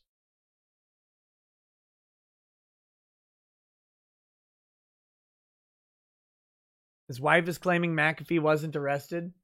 Well, we'll see. We'll see. Hard to say. So that's this story. Let's move on. I wanted to talk about this thing. Now, many of you have probably seen the two videos by Project Veritas alleging ballot harvesting and ballot buying in Minnesota. And if you caught my video on it, you'll know that I said that the enforcement of the laws cited in the first video about ballot harvesting, which is in Minnesota, it is unlawful to assist more than 3 people with turning in a ballot. That has been unlawful since 1959 in Minnesota, apparently. However, that law, and they talk about it in that first video, has been enjoined. The Secretary of State is enjoined from enforcing that law. It means he can't enforce it. Now, the Secretary of State of Minnesota doesn't want to enforce that law. Not just because he's a Democrat, but because he's flat out said he doesn't like the law. He thinks it's a bad law, and the Democrats are trying to change it, and he doesn't want to enforce it. But not only does he not want to, he actually cannot, because a judge has put a stay on the execution of that law. So no one currently in Minnesota can be charged with violating that statute. Okay? So that lawsuit is still ongoing. We'll see how it turns out. One of the interesting things, though, that the Secretary of State said about that law is that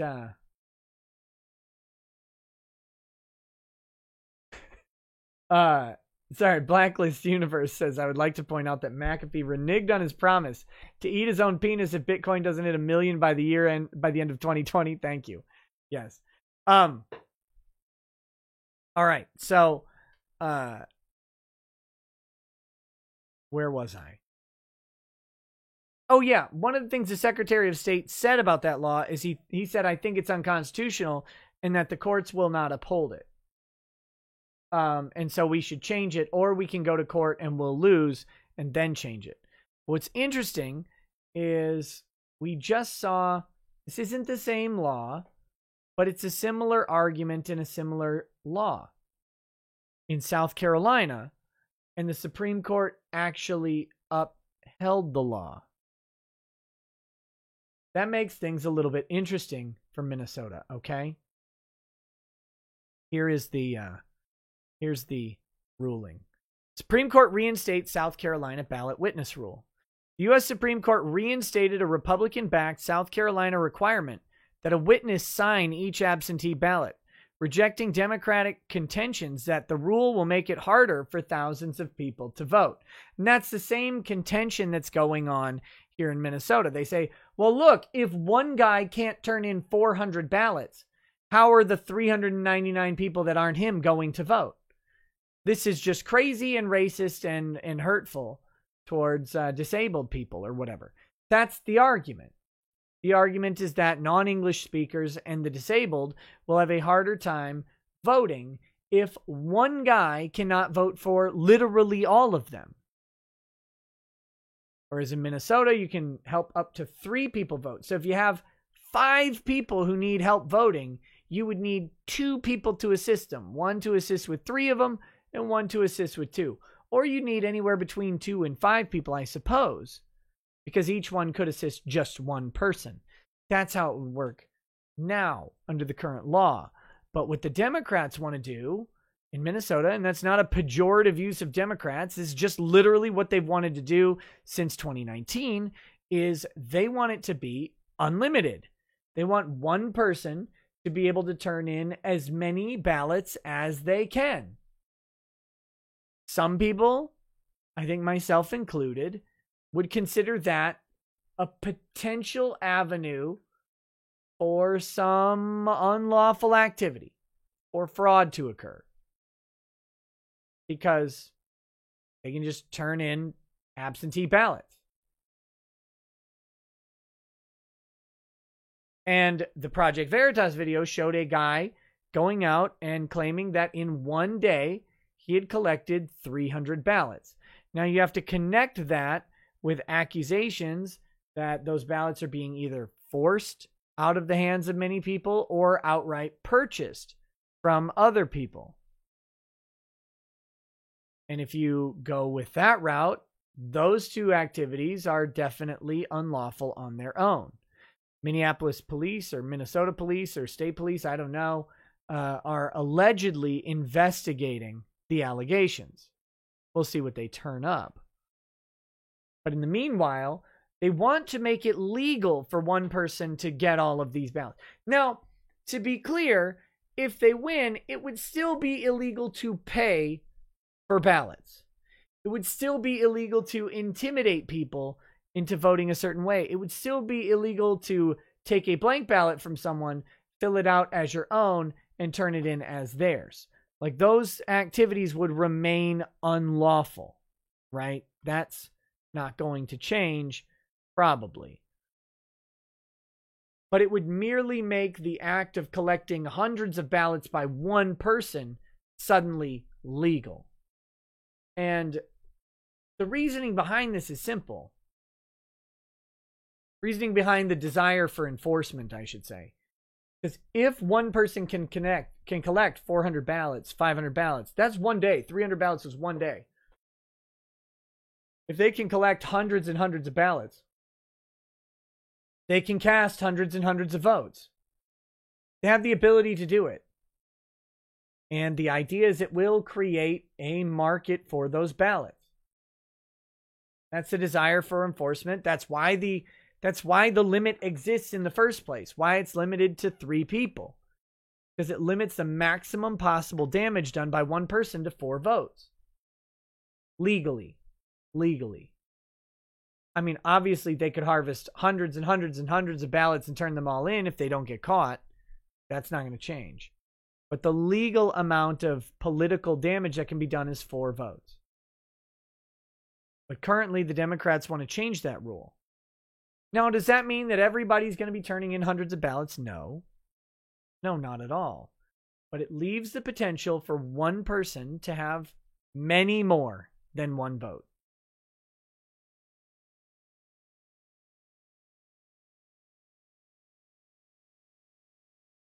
So that's what's going on here.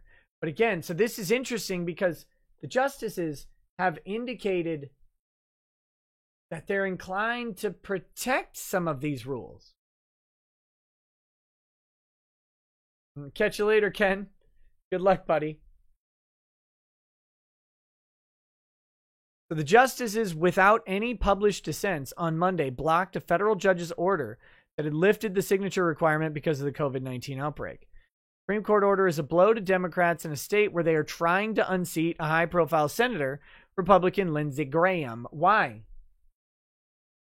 Now, just put yourself in the shoes of the article for a second and ask yourself why that would be a blow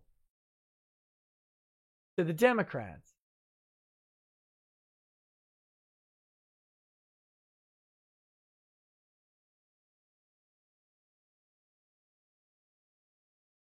Like what? Why wouldn't that be a blow to both parties?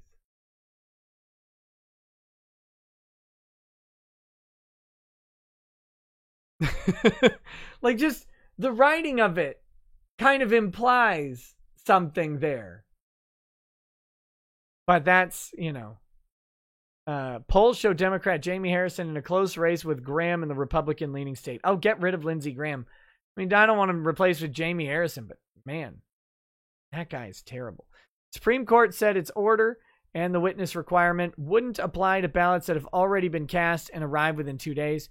Officials have already received more than 8,000 ballots. The court as a whole gave no explanation. In a concurring opinion, Justice Brett Kavanaugh said federal courts should defer to pandemic-related decisions made by state election officials. A state legislature's decision either to keep or to make changes to election rules to address COVID-19 ordinarily should not be subject to second-guessing by an unelected federal judiciary. He's admonishing the district court there.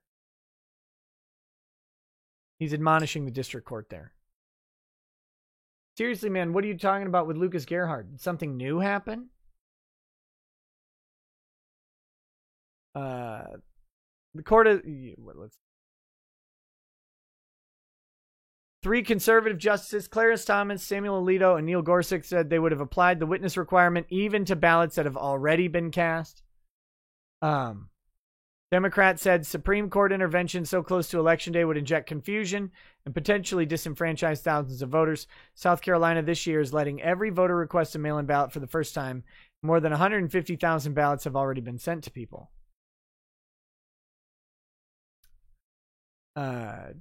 Changing the rules. This is about all we need. There's just some history in there. But the long and short of it is the idea that they're into loosening the requirements on this. Now, the Minnesota one is different, of course. There's a state judge who has put a stay on it rather than a federal judge, I believe. I believe it's a state judge. I guess I'd have to go back and check. But wait, he got charged with assault on a court clerk?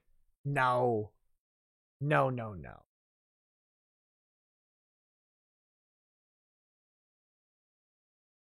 I haven't seen any new stuff about this. Yeah, there's no new news stories on this, so I don't know where you're getting it. I feel like I would have heard about that already.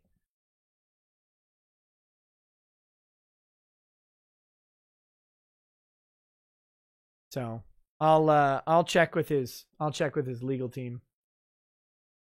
You know him personally? Okay, well I'll have to get some updates on that.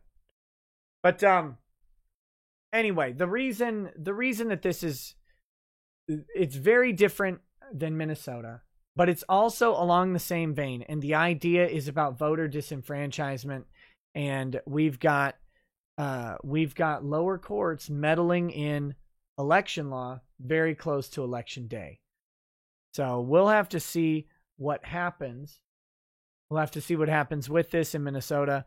And the key in Minnesota that is really interesting to me is they tried to change the law in 2019 and failed, and then went to court in the election year to try and change it through the court system. That's not the court's role, typically. But that's what they're doing. So we'll see. I wanted to bring this up because it casts a little bit of doubt on the surefire nature of the charges, or of the idea that the Supreme Court would back up removing the limits on assistance to people just automatically. I don't think it's as clear cut as that.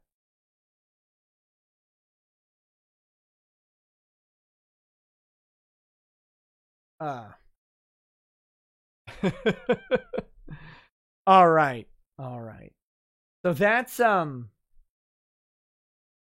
the main stuff I have for you. I'm trying to think if there was other stuff that I have. We have super chats to go through. We have super chats to go through still, but that's the main stuff that's going on. Oh, there's something brewing in comics. I don't know if you guys have been following. You guys who are Comicsgate people will know that there's something brewing in comics. Apparently, Donald DeLay and Nasser Rabidi, I think that's the right names, Donald and Nasser, are still arguing over Brutus, which was a comic that they were initially collaborating on, and then Nasser was either removed from the project, or he was either removed from the project or he removed himself from the project, and he is alleging some serious stuff against Donald DeLay about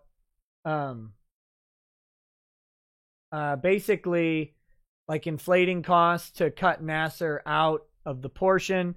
Donald is firing back with something along the lines of Nasser was supposed to do a bunch of work, but he didn't.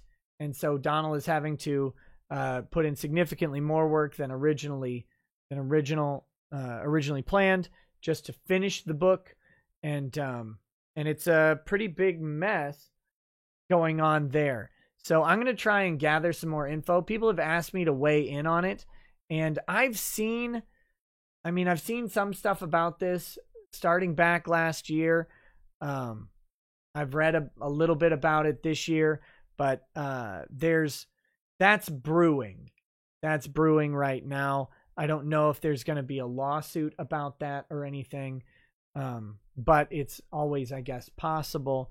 Although I don't think it would be worth it to do a lawsuit. I don't think the money at play is going to be that significant, but maybe I'm wrong. Maybe I'm wrong on that. Who knows? But I'll be looking into it. Hopefully I'll have some commentary on it sometime in the near future. It's like so many things, right? things are never as simple as on paper, right? If it was simple, you'd say, well, we had an agreement for 50-50 and he's not giving me my 50. Okay, that's easy to solve. Here's your 50. Court says so. Done. But it's not that easy, right? Because you now have, well, when we said 50-50, he was supposed to do a bunch of work and he didn't do all of that work and then he left. And then now I'm having to do 75% of the work or 80% of the work. Why should he get 50 if he quit? And he'll say, I wasn't quit, I was forced out. It's like, well, it's a matter of opinion. I disagree. Your actions forced you out or whatever. It's much more complicated. Real life is always more complicated than legal questions want them to be. So we'll take a look at both sides and see what's up with it sometime soon.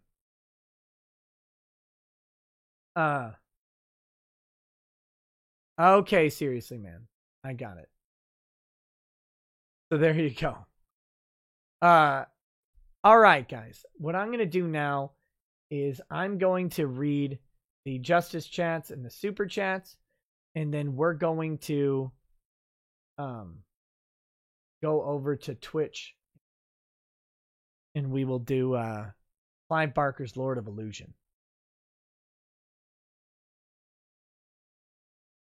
And I need something to drink that isn't whiskey. Dear Lord, I only brought this one stupid IBC cream soda. Not enough beverage.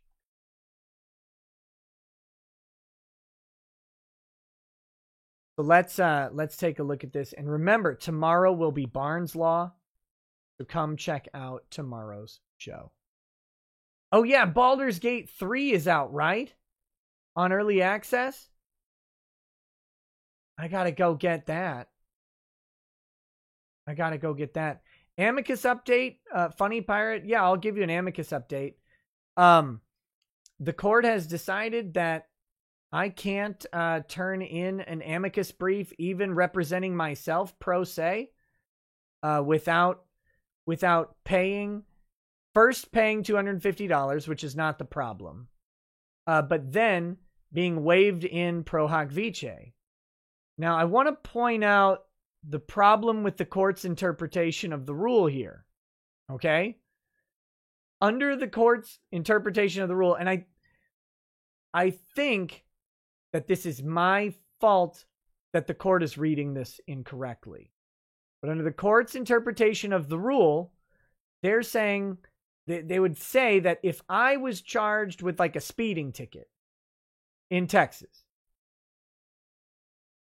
and I showed up in court to represent myself, I couldn't do it. I would have to pay $250 and have a Texas attorney waive me in pro hac vice. Just because I am an attorney.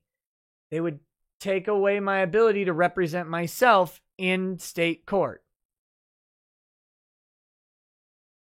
I think that's the wrong interpretation.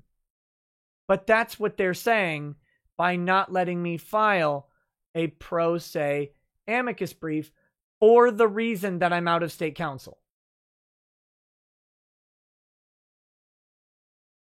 And if it sounds dumb, it's because it is dumb. But I think it's my fault for filing my first brief on behalf of my company. That was a mistake. I should have just filed it on behalf of myself like I had originally planned. Had I done that, maybe they wouldn't be reading the rule this way.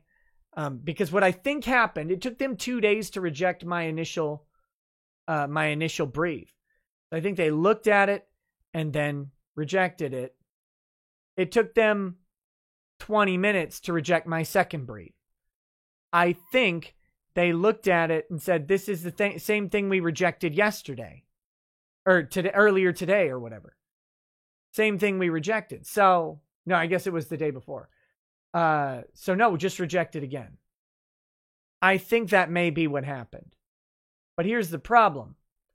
I'm not really inclined to argue with the Court of Appeals. Like, that doesn't seem like a great idea. Like, there's not a good avenue for it. And I don't really want to do it. What I'd rather do is just comply with the rule that they're asking me to comply with, even if I think that they're misapplying it.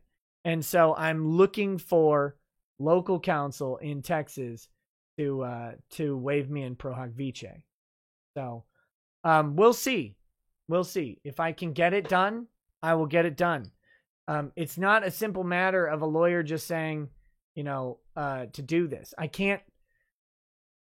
Under the rules, I could have Ty do it or, someone at Beard Harris.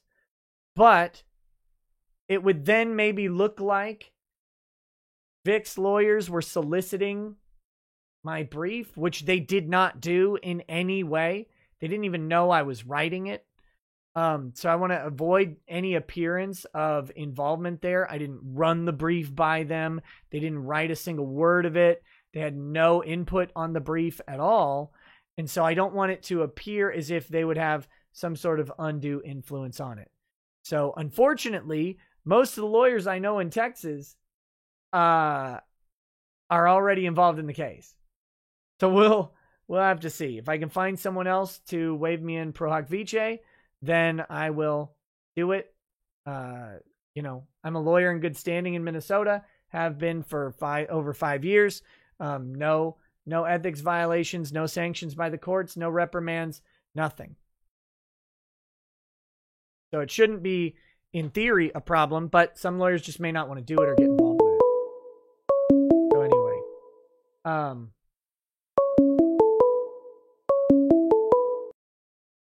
I better mute that, or that person will keep trying. But yeah, that's the scoop, the skinny on that, and if I can get that taken care of, I will. So, all right, let's do the chats, and then we'll get over to the other one. Jay Sean Lemoyne says, Nick's got so many kids, he had to get a second job at a truck stop glory hole. Not just for the money. It's also the closest thing he gets to alone time. Get that brief filed, law pussy. Damn. The nonchalant croissant says, did you hear about the South African hero Simon Shabangu, who tracked down his 3-year-old daughter's rapist, cut off his genitals, and force-fed it to him? Happened back in 2018. At least he cooked it before force-feeding it to him. Rapist died not too long after. Jeez. Nope, didn't hear about that. But the man deserves a medal. The Pie Baker. Sweet and sour pork. It's Clive Barker's Lord of Illusion. Pie Baker says, Nick, did you show Drex the research material? You didn't get around to it on any of the weekend's streams. I think so, but I'll just send it to him too. Oh wait, yes, I did. My brain was, he laughed quite a bit at the big chick lifting up the small man. Knight of Hopex says, I'm really glad to hear your show isn't turning into a big gay knife fights between people you know. Having said that, I vote law, anime, and men's rights as your content. Keep it coming, buddy. It's nice just to know one sane guy with more than half a brain. Well, thank you. I have at least 51%. Most of the time. No, I don't like doing the drama stuff unless the drama implicates law. I really hate drama between my friends. I really do.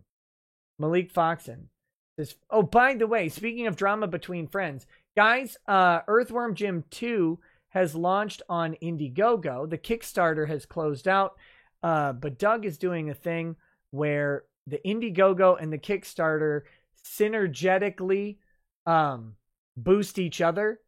So the stretch goals on the Kickstarter, I believe, go back, or on the Indiegogo, I believe, go back and retroactively apply to the Kickstarter, and same thing going forward. I'm going to get some more information on that, but that is out there for people who are fans of Doug and Earthworm Jim.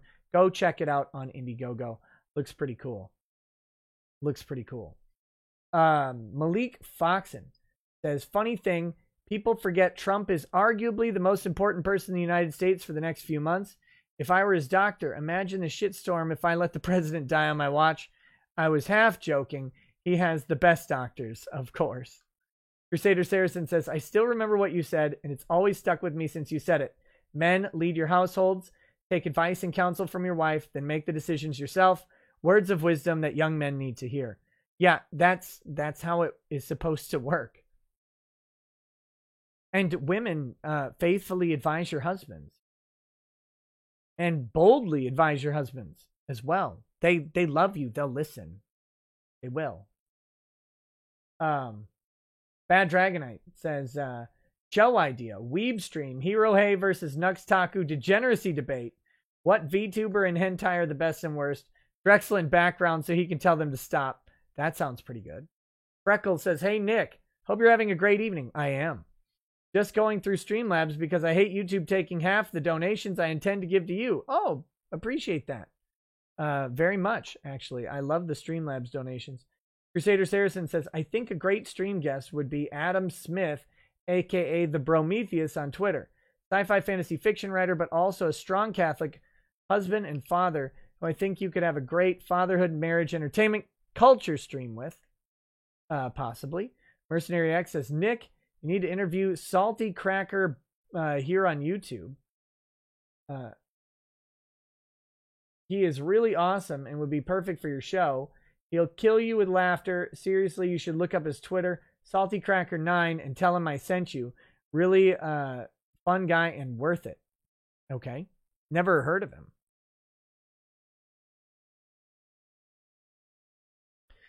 The Dragon's Treasure says, guess what? The T-Man has the coof. Now I can't taste any of my teas. Excuse me while I find a Minecraft rope. No! No! Kiwi goes live. Cyberpunk 2077 went gold today. Hashtag it's happening.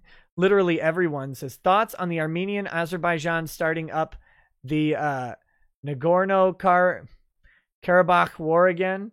Things are getting heated. Think Russia will step in. I don't know anything about that. I mean, I've seen like various things, but I know so little about any of the politics of that region that I probably just shouldn't talk about it other than, I think if there's an Armenian genocide, the Young Turks won't talk about it. The Waltman 4 says, Dems are pissed Trump's still alive. Mario Carter 13 says, week before election, Biden will catch the coof. Spun as his profound empathy for the 200,000 victims. Now vote Camel Toe Harris to honor his sacrifice. Oh no. Oh no. Kofi 2A wannabe Hunan Muhammad says, early and maybe hetero? Maybe. Spike Strat 13 says, I need an adult. The bearded man on the internet is frightening me. Tiberius Metzer, or Triarius Metzer, not Tiberius, says, what was that legal advice? Don't buy a dildo bigger than your own member. Lol. Yes, it is. Dragon's Treasure says, friendly reminder that the Dragon's Treasure is the premier non-degenerate anime business. Why are we such a unicorn in this damned industry? Yes. Shine on, you beautiful bastard. Mario Carter 13 says, size-wise, Ralph's dildo would need to be a cork. Oh, jeez. Jillian Seed says, Nick made a welcome back Trump video. Please share. Wait, what? Nick who? Lavin Kuro says, Adam the self-made puppet Kovic. Ah. Guns Down in Hail says, Hero Hey is a brony. You know it to be true. Richie Gonzalez says, VTuber rackets win. Oh, man. I need to make a stretch goal for it. Gawker's Death Rattle says, we substituted Racket's normal coffee with Folger's instant soy. Let's see if you can tell the difference. That's disgusting. And I don't drink coffee either. Gilbert Guy says, you seem big-brained.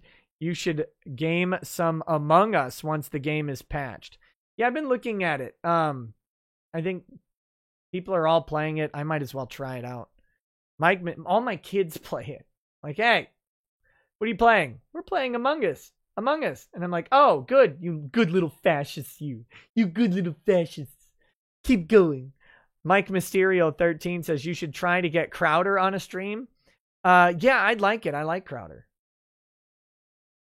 Michael Mason says, what if archive material is just sorted, not used? Doesn't matter. I mean, it's still, if it's published, if the archive is accessible, it is copyright infringement.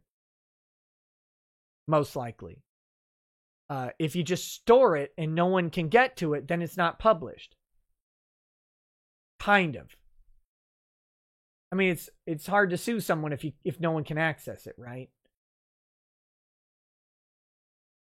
Michael Mason, Dead Eye Max says, did you know that if you take every $1 bill in existence and stack them to the moon and back, it's a massive waste of money? Yes. Mario Kart 13 says, what do with bad governors? Soye, I do not recall. Fernando Fuentes says, John 3:16, good night, everyone. There you go. Bad Vibe says, Nick is going to invent a better super chat system called McGriff.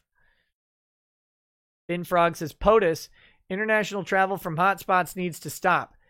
Democrats, POTUS is xenophobic. Also, Dems, POTUS didn't care about it. Yeah, and Trump took Joe to task on that at the debate. It's a good question. I don't know that it would have. We'll never know. That's the annoying part about that. We'll never know if that would have actually been effective or if COVID was already in the country. If it was already in the country, just shutting down China might have pushed the spread back a little bit, but I don't know that it would have stopped it. Colin Archer says, I can make a whale jump out of its tail. Nyati Mo says, a Biden first term and a Trump second term will literally be the same thing. But because people only have memories as long as the news cycle, they forget Bush and Obama were no different. Gerard Garvin says, Nick, your hair looks normal. Guess it's time to visit your sapphic mid-20th century fascist barber. It is, but I don't want to go anywhere. Sakagi Onsai says, flock of seagulls haircut, you must do it. Angry Baneling says, hair immaculate, beard immaculate, don't shave. I'll have to trim the mustache a little bit so I can eat. Nyati Mo says, before you write my chat off, I don't mean in public reaction, I mean in national policy. No, I didn't write your chat off. And there's a lot of argument that they are very, very similar. Very similar. Intimidator 0108 says, great show tonight, Nick. Looking forward to the next show. Also, I hope the link I DM'd you worked. Take care and have a great night with your watch party. I haven't had a chance to look at it yet, Intimidator, but I will. Thank you as always. Sergeant McSalty says, Nick, I'm not sure if they can help, but I know another Texas attorney. Should I email, DM me on Twitter? Yeah. I'm looking for anyone who's willing to do it. Like I said, I would understand if people don't, right? Because if they don't want to have their name attached to anything like this, that's understandable too. But yeah, DM me on Twitter would be fine. Kaki Onsai says, Wicca, huh? My name is what? My name is who? My name is Waka Waka John Volney. Hi, Drexel, Waka Waka Waka. Oh my gosh. Bad Vibe says, Nick, quote, Rooster Teeth, I said it was for the fans, not to start OnlyFans. And then Unknown Existence says, apparently Peach Saliva and her short, balding, ginger French-Canadian boyfriend celebrated Trump getting the coof on Twitter. Oh, no! No, Peach! Peach! People are entitled to their opinions or whatever. I don't care either way. I like Peach. She's nice. Never talked to her boyfriend, though. So, who knows? All right, guys. That's that's almost the show. For those of you that have hung around, I have an outro song before the outro song.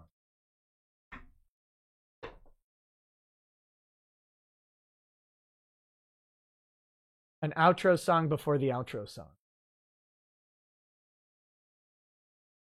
All right. Are you guys ready for Goodbye, RBG, Cancer in the End?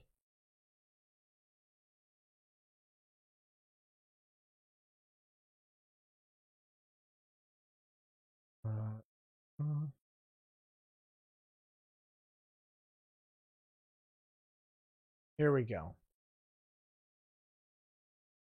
I hope you guys are ready for this. My Room Records, the man who did my outro song, the man who did my outro song, has recorded a song called Cancer in the End, Goodbye RBG. All right.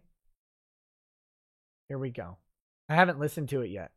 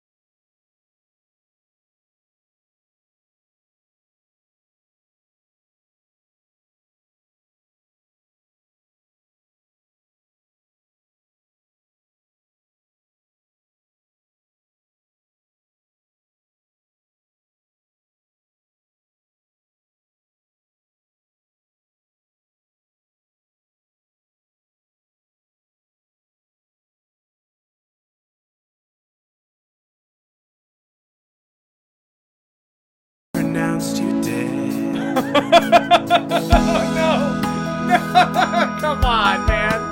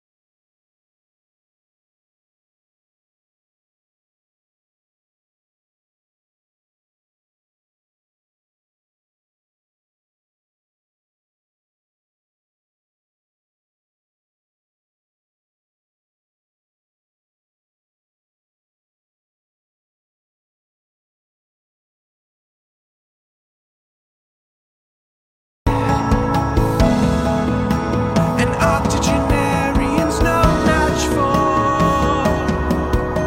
a bunch of faulty saps.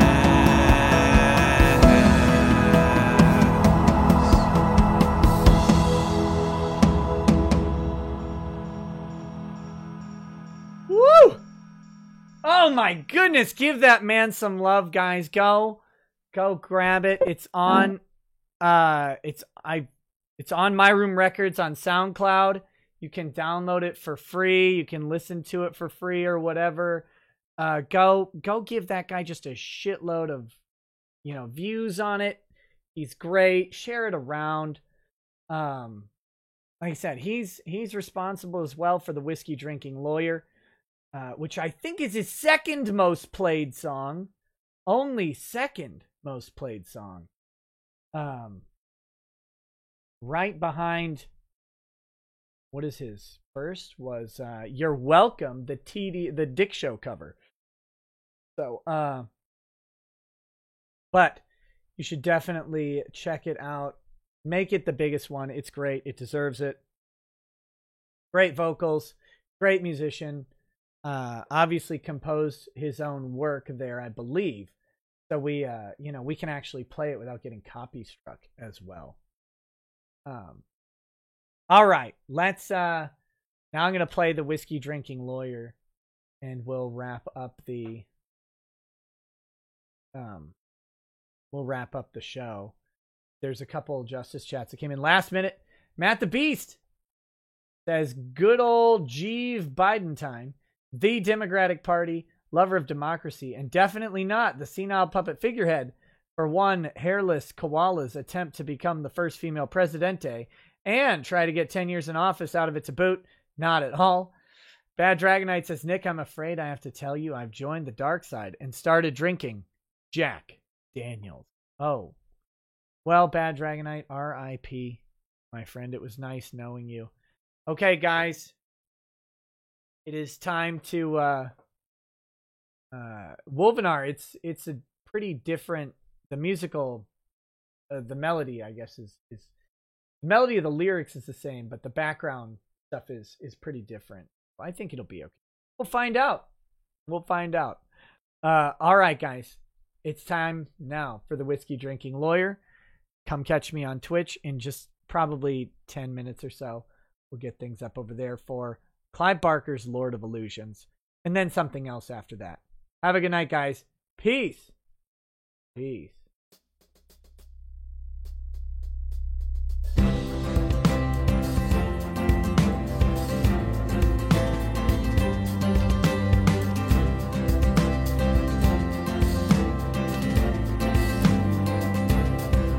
Oh, he drinks a fair bit, but you realize that it just helps get his noggin jogging along. With his glass by his side and his kids asleep tight, we'll hear some lost-plaining tonight.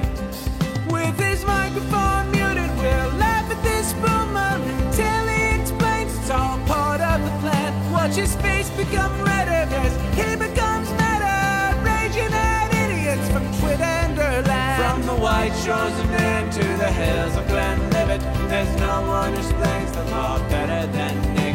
So pour out a glass for the ones who have passed to make the law what we have now. Oh, his lady is fair, and she handles herself with the grace of one who has borne many children. As the wife of a lawman, she makes sure that he has the time and the place to provide for them there. So pour out an Ardbeg, a Balmore, a Lafroig. The spirits flow as the ones who get unemployed. So pour out a glass for the tea post on Twitter as we hear lost-plaining tonight. From the white shores of Nairn to the hills of Glenlivet, there's no one who explains the law better than Nick. So pour out a glass for the ones who have passed to make the law what we have now. Oh, the guests are all plentiful, from Doug T to Drexel. They bring their perspective and spice to the mix. But the reason we're here and the one that we cheer is the one who is showcasing us his career.